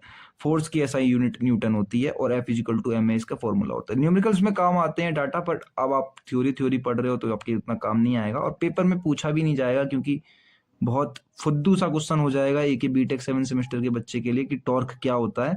तो टॉर्क एक टर्निंग इफेक्ट होता है किसी फोर्स का about a fix point axis में, मतलब घूमने की, वो जिसको न्यूटन मीटर में मेजर करते हैं। Torque = F × multiply by R. R यहाँ पे परपेंडिकुलर डिस्टेंस है, ठीक है। वैसे तो आपको पता ही होगा, बस मैंने ऐसे ही लिख दिया था। अब देखो, फोर्स मेजरिंग मेथड अलग है, टॉर्क मेजरिंग मेथड अलग है। पहले हम फोर्स मेजरिंग मेथड की बात कर लेते हैं। तो फोर्स को जो मेजर करा जाता है, पहला मैकेनिकल से, दूसरा इलेक्ट्रिकल से, तीसरा लोड सेल से। तो मैकेनिकल के अंदर दो आते हैं, हाइड्रोलिक और पेन्यूमेटिक। इलेक्ट्रिकल के अंदर पाइजो इलेक्ट्रिक और LVDT आता है। और लोड सेल तो लोड सेल ही है, लोड की थ्रू हम सेल, वैसे लोड सेल ये भी है और ये भी है, ये मैकेनिकल वाले हैं और ये पूरा क्लासिफिकेशन है लोड सेल का, ठीक है। तो ये फोर्स मेथड करने के, फोर्स को मेजर करने के मेथड। अब बात करते हैं टॉर्क को मेजर करने के मेथड। तो टॉर्क को मेजर करने के मैकेनिकल और इलेक्ट्रिकल दो ही मेथड होते हैं। मैकेनिकल में हाइड्रोलिक डायनोमीटर यूज करा जाता है और ऑप्टिकल में हम यूज करते हैं torque sensor, optical torque sensor. अब टॉर्क के पार्ट दो होते हैं, एक स्टैटिक एक डायनेमिक। स्टैटिक में जिसमें रोटेशन नहीं होती है, डायनेमिक में जिसके अंदर हमारा जो है रोटेशन भी प्रोड्यूस होता है, ठीक है। ये सब तो ऊपर ऊपर का सारी बात हो गई, मतलब सारा बात ऊपर ऊपर का हो गया ताकि आपको डिटेल में जाने में दिक्कत ना हो। अब देखो लोड सेल। अब लोड सेल जो ये क्वेश्चन में लेकर आया हूं, ये उतना ही इंपॉर्टेंट है जितना इसका नाम है। मतलब नाम से मेरा मतलब, इस टॉपिक के अंदर आपको हर जगह, आप सिलेबस भी खोल के देखोगे तो सिर्फ लोड सेल ही देखने को मिलेगा। तो ये क्वेश्चन 7 मार्क्स में आता है। इसकी क्लासिफिकेशन भी 7 मार्क्स में, तो क्लासिफिकेशन भी इंपॉर्टेंट है एज वेल एज ये भी इंपॉर्टेंट है। अब देखो लोड सेल क्या होता है। तो लोड सेल एक ट्रांसड्यूसर होता है जो कि कन्वर्ट करता है मैकेनिकल फोर्स, जैसे लोड हो गया, वेट हो गया या टॉर्क हो गया, एक इलेक्ट्रिकल सिग्नल में, जिसके कारण इलेक्ट्रिकल आउटपुट जो होती है वो डायरेक्टली प्रोपोर्शनल हो जाती है अप्लाइड फोर्स के, जो कि हम यूज करते हैं इंस्ट्रूमेंट जैसे कि digital indicator, PLC, data accumulation system. नाम आप याद ना भी रखोगे तो भी चलेगा, बट आप समझ लो कि एक तरीके का ये डिवाइस है जो कि लोड या फोर्स को चेंज कर दे रहा है इलेक्ट्रिकल सिग्नल में। अब देखो इनपुट में हम क्या दे रहे हैं, मैकेनिकल फोर्स, हमें बाहर क्या मिल रहा है, इलेक्ट्रिकल सिग्नल, ठीक है। वोल्टेज के फॉर्म में, डिजिटल के फॉर्म में, जैसे भी मिल रहा है हमें। प्रिंसिपल क्या होता है, तो ये स्ट्रेन गेज टेक्नोलॉजी पर वर्क करता है। स्ट्रेन गेज, जैसे कि एक इलास्टिक मेटल बॉडी जो है डिफॉर्म हो जाती है तो वो दोबारा से फिर अपने ओरिजिनल बॉडी शेप में आ जाती है, तो इसी की प्रिंसिपल पर ये वर्क करता है। तो जिसके कारण डिफॉर्म होती है तो वो रेजिस्टेंस प्रोड्यूस करती है स्ट्रेन गेज में। तो हम उसको ही कैलकुलेट करके अपने वोल्टेज व्हीटस्टोन ब्रिज से अपनी वैल्यू निकाल लेते हैं कि कितना फोर्स लगाया गया होगा। तो इसमें जितनी वोल्टेज आएगी उतना ही मान लो ज्यादा फोर्स आपने लगा रखा है, अप्लाइड जो लोड है वो ज्यादा लगी पड़ी है। बस सिंपल सी ये ग्राफ है। अब देखो कंस्ट्रक्शन वर्किंग क्या है, सिंपल सा है कि आपने ऊपर से इस सामान के ऊपर लोड लगाया है, बीच में आपका स्ट्रेन गेज लगा पड़ा है। जितना आप लोड लगाओगे ये उतना डिफॉर्म होता जाएगा। तो आपकी डिफॉर्मेशन को आप रेजिस्टेंस चेंज होगा तो आप कैलकुलेट कर लोगे कि कितना डिफॉर्म हुआ है, कितना रेजिस्टेंस चेंज हुआ है, जन उससे आपको पता चल जाएगा कितना फोर्स लग रहा है। सिंपल है। अब देखो इलास्टिक बॉडी होती है, स्प्रिंग एलिमेंट होता है जो कि डिफॉर्म होता है अंडर लोड लगने के बाद। स्ट्रेन गेज जो होता है जो सेंस करता है कितना डिफॉर्मेशन हुआ है। व्हीटस्टोन ब्रिज की हेल्प से हम रेजिस्टेंस को वोल्टेज में चेंज कर लेते हैं। एंड प्रोटेक्टिव हाउसिंग जो प्रोटेक्ट कर रहा होता है इसको बाहर से। सिंपल सा डायग्राम, कुछ ज्यादा कुछ खास था नहीं। अब आप देख लो रियल में किस तरीके से दिखता है। तो रियल में कुछ इस तरीके से दिखता है। वैसे रियल वाला आपका किसी काम का नहीं है, आपका तो थ्योरी काम है। वर्किंग आपको समझ में आई गई हो कि हम फोर्स लगा रहे हैं, लोड एक्ट कर रहा है इलास्टिक बॉडी के ऊपर, जिसके कारण इलेक्ट्रिक डिफॉर्मेशन हो रहा है जो कि बहुत छोटा होता है शेप में। उसको स्ट्रेन गेज जो है चेंज कर देता है, ठीक। टेंशन को रजिस्टर इंक्रीज कर देता है और कंप्रेशन लगता है तो रेजिस्टेंस डिक्रीज कर देता है। दो तरीके से, अगर आपने खींचा है उसको टेंशन दिया है तो रेजिस्टेंस इंक्रीज हो रही है, और अगर आपने उसके ऊपर लोड अप्लाई कंप्रेशन किया है तो रेजिस्टेंस डिक्रीज हो रही है। तो रेजिस्टेंस इंक्रीज डिक्रीज को कौन चेक करता है, व्हीटस्टोन चेक करके बता देता है हमें, आउटपुट वोल्टेज दे देता है, ठीक है। हम सिग्नल एम्पलीफायर का यूज करके उसको बढ़ा लेते हैं जितना भी मिलता है, और बाद में डिजिटल डिस्प्ले दिखा देता है हमको कितने कि न्यूटन में फोर्स लग रहा है, किलो न्यूटन में या टन में लग रहा है, ठीक है। ये उसकी यूनिट होती है जिसमें हम मेजर करते हैं। सिमिलरली फॉर्मूला यही है कि V naught is equal to del R divide by R into BIC, ठीक है। फॉर्मूला का तो वैसे भी आपको कुछ काम नहीं है। देखो लाइक टारगेट मैंने 10 रखा है, अगर आप यूनिट 4 चाहते हैं कि मैं वन शॉट बना के दे दूं तो लाइक 10 कर देना। कमेंट टारगेट भी मैंने 10 रखा है, 10 कमेंट कर देना जो भी आपके दिल में आए। PDF के लिए आपको टेलीग्राम पे जाना पड़ेगा। और बिल्कुल नया चैनल है यार, थोड़ा सा सपोर्ट दिखा दो, शेयर जरूर से कर देना अपने दोस्तों यारों को, जिससे मेरा भी थोड़ा सा फायदा हो जाए। अकेले मैं कब तक मेहनत करता रहूं, आप लोगों को भी थोड़ी मेहनत कर देनी चाहिए अब तो। अब लोड सेल की कुछ एडवांटेजेस हैं। एडवांटेजेस ये हैं कि ये हाई एक्यूरेसी पे है, मतलब ज़्यादा एक्यूरेसी होती है इसकी। डायरेक्ट पोर्ट को इलेक्ट्रिकल में कन्वर्ट कर देता है। बहुत ज़्यादा लोड ले सकते हैं, ग्राम से लेके 1000 टन तक काम करता है ये। डिजिटल कैपेबिलिटी होती है, दिखता है आपको कॉम्पैक्ट साइज, छोटा साइज होता है और ज़्यादा दिन तक चलता है। डिसएडवांटेज क्या है कि सेंसिटिव होता है, टेम्परेचर में इसकी वैल्यू चेंज हो जाती है। आपको कैलिब्रेशन चाहिए ही चाहिए, इसके बार बार चेकअप करना पड़ता है। और सिग्नल बहुत वीक होते हैं, इसलिए एम्पलीफायर भी चाहिए, कॉस्ट भी ज़्यादा होती है। और डिमांड बाय ओवरलोड, डैमेज हो जाता है कभी कभार जब ओवरलोड पड़ता है इसके ऊपर। एप्लीकेशन कहाँ कहाँ है तो वेइंग मशीन में है, डिजिटल बैलेंस में, ट्रक की जो स्केल्स होती है, रोबोटिक में, एयरक्राफ्ट में, मटेरियल टेस्टिंग, UTM मशीन जो होती है हमारी उसमें भी यूज होता है। अब देखो ये आपका 7 मार्क्स का ऊपर वाला क्वेश्चन खत्म हो गया। नेक्स्ट शुरू हो रहा है टाइप्स ऑफ लोड सेल। मैं डिटेल में बात नहीं करी है टाइप्स ऑफ लोड सेल की। अगर load type of load cell आता है तो अब पहले लोड सेल क्या होता है 7 मार्क्स में क्वेश्चन आएगा, आप पहले वो बता देना, देन बताना टाइप ऑफ लोड सेल। क्योंकि मैं ज़्यादा डिटेल में बात नहीं करी, बहुत बड़ा टॉपिक था ये, तो वन शॉट में कवर करने के लिए मुझे एक अलग वन शॉट डालना पड़ता है इस टॉपिक के ऊपर, तो मैंने इस टॉपिक को स्किप किया है अपने फायदे के लिए। दोबारा बोल देता हूँ, अपने फायदे के लिए। अगर आप चाहते हो कि मैं इसके ऊपर भी डिटेल बना दूं एक और वन शॉट, तो कमेंट करके बता देना, मैं बना दूंगा। वैसे ये लेक्चर बहुत बड़ा हो जाता है इसलिए मैंने स्किप किया। अगर आप में एक क्वेश्चन आता है 7 मार्क्स में कि टाइप ऑफ लोड सेल, तो आप पहले लोड सेल क्या होता है ढंग से बता देना, फिर शुरू करना टाइप ऑफ लोड सेल, तो 7 मार्क्स इतना सफिशिएंट आपको मिल जाएगा। देखो टाइप ऑफ लोड सेल जो होता है ना, बेस्ड ऑन वर्किंग प्रोसेस, क्या क्या होता है तो strain gauge load cell, hydraulic load cell, pneumatic load cell और पाइजो इलेक्ट्रिक लोड सेल। अगर आप वर्किंग प्रिंसिपल देखोगे तो अगर load cell based on shape and construction अलग अलग, तो compression load cell, tension load cell, S type load cell, shear bending load cell and then bending beam load cell, ठीक इतने टाइप के। And then types of load cell based on application, अलग अलग application पे, तो weighing load cell, torque load cell, miniature load cell and high capacity load cell. तो इन सब की डिटेल थी, एडवांटेज थी, वर्किंग थी, प्रिंसिपल थी, तो बहुत सारा कुछ पड़ जाता है। यानी कि हर क्वेश्चन अपने आप में 15-15 मिनट मेरा खाता, तो समझ लो एक लेक्चर अपने आप में, वन शॉट अपने आप में बन जाता। तो मैंने इस सब को स्किप किया है। आप भी इतना लिख के, अगर लोड सेल समझा के सिर्फ इतना भी लिख दोगे तो 7 मार्क्स के लिए सफिशिएंट है। नहीं, अगर आपको पढ़ना है तो कमेंट कर दो, मुझे ऐसी कोई दिक्कत नहीं, मैं पढ़ा दूंगा।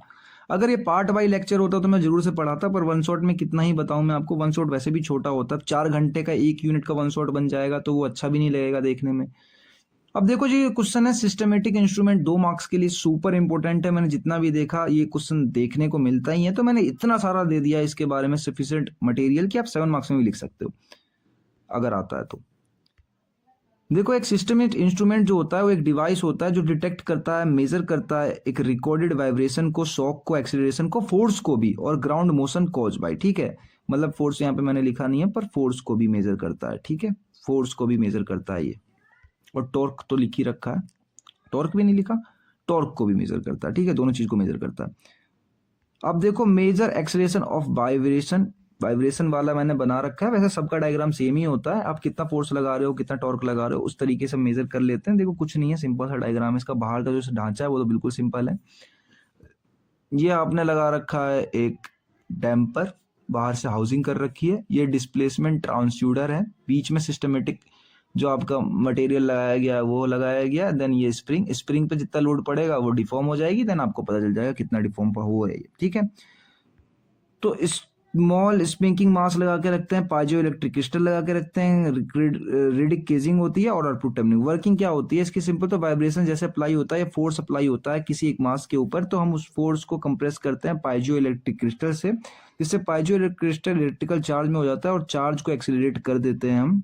तो बस ये इस तरीके से दिखाई देता है, इसका ग्राफ कुछ इस तरीके से बनता है रियल लाइफ सिनेरियो के अंदर। एप्लीकेशन कहाँ कहाँ, तो मशीन कंडीशन मॉनिटरिंग में, ऑटोमेटिव चेस टेस्टिंग में, क्रैश टेस्टिंग जो होती है, और एयरक्राफ्ट वाइब्रेशन एनालिसिस में। आई होप कि टॉपिक आपको समझ में आ गया होगा और पीछे के सारे टॉपिक समझ में आ गए होंगे। तो डेट्स इट, लाइक कर देना वीडियो को, लाइक टारगेट याद रखना 10, कमेंट भी कर देना जो भी आपका दिल करे, कोई डाउट हो पूछ लो, नहीं तो कमेंट टारगेट 10। अगर यूनिट 4 चाहिए तो आई होप कि आप लोग कर दोगे, जैसे पिछले वाली वीडियो पे आप लोगों ने दिखाया अपनी इंगेजमेंट, वैसे इस वीडियो पे भी दिखा देना, शेयर कर देना, क्योंकि नया चैनल है, सपोर्ट की मुझे सच में जरूरत है। अब बिना किसी सपोर्ट के मैं भी कितना आगे जा पाऊंगा, पेपर टाइम है इसलिए कह रहा हूँ, कोई भी आप किसी को भेजोगे तो जरूर से देख लेगा ये वीडियो। और यहाँ पर हमारी पूरी की पूरी यूनिट 3 और सारे के सारे इंपॉर्टेंट क्वेश्चन यूनिट 3 के कंप्लीट होते हैं। आई होप कि आपको समझ में आ गए होंगे, और कॉन्ग्रेचुलेशंस, क्योंकि unit number 1 as well as 2 और एज वेल एज 3 आपने कंप्लीट कर लिया। पेपर में पास होने के लिए बस 3 यूनिट ही काफी होती है, पर टॉप मारने या अच्छे नंबर लाने के लिए नहीं। वैसे आपने 1, 2 और 3 मैंने तीनों के 1 शॉट अपलोड कर दिया, अगर आप देख के भी जाओगे तो सफिशिएंट नंबर मिल जाएंगे आपको पास होने के लिए। यहाँ से मेरे साथ उन बच्चों की सीरीज खत्म हो जाती है जो सिर्फ पास होने के लिए पढ़ रहे थे, तो उन लोगों को बेस्ट ऑफ लक पेपर के लिए। अब जो लोग जेन्युइनली पढ़ना चाहते हैं आगे के रिमेनिंग यूनिट्स को, तो आप लोगों का एक ही काम है, 10 likes as well as 10 comments. तो मैं आप लोगों को मिलता हूँ नेक्स्ट लेक्चर में, तब तक के लिए bye bye and take care and keep studying for your before, आप लोगों के आने वाले एग्जामिनेशन के लिए। तब तक के लिए बाय बाय।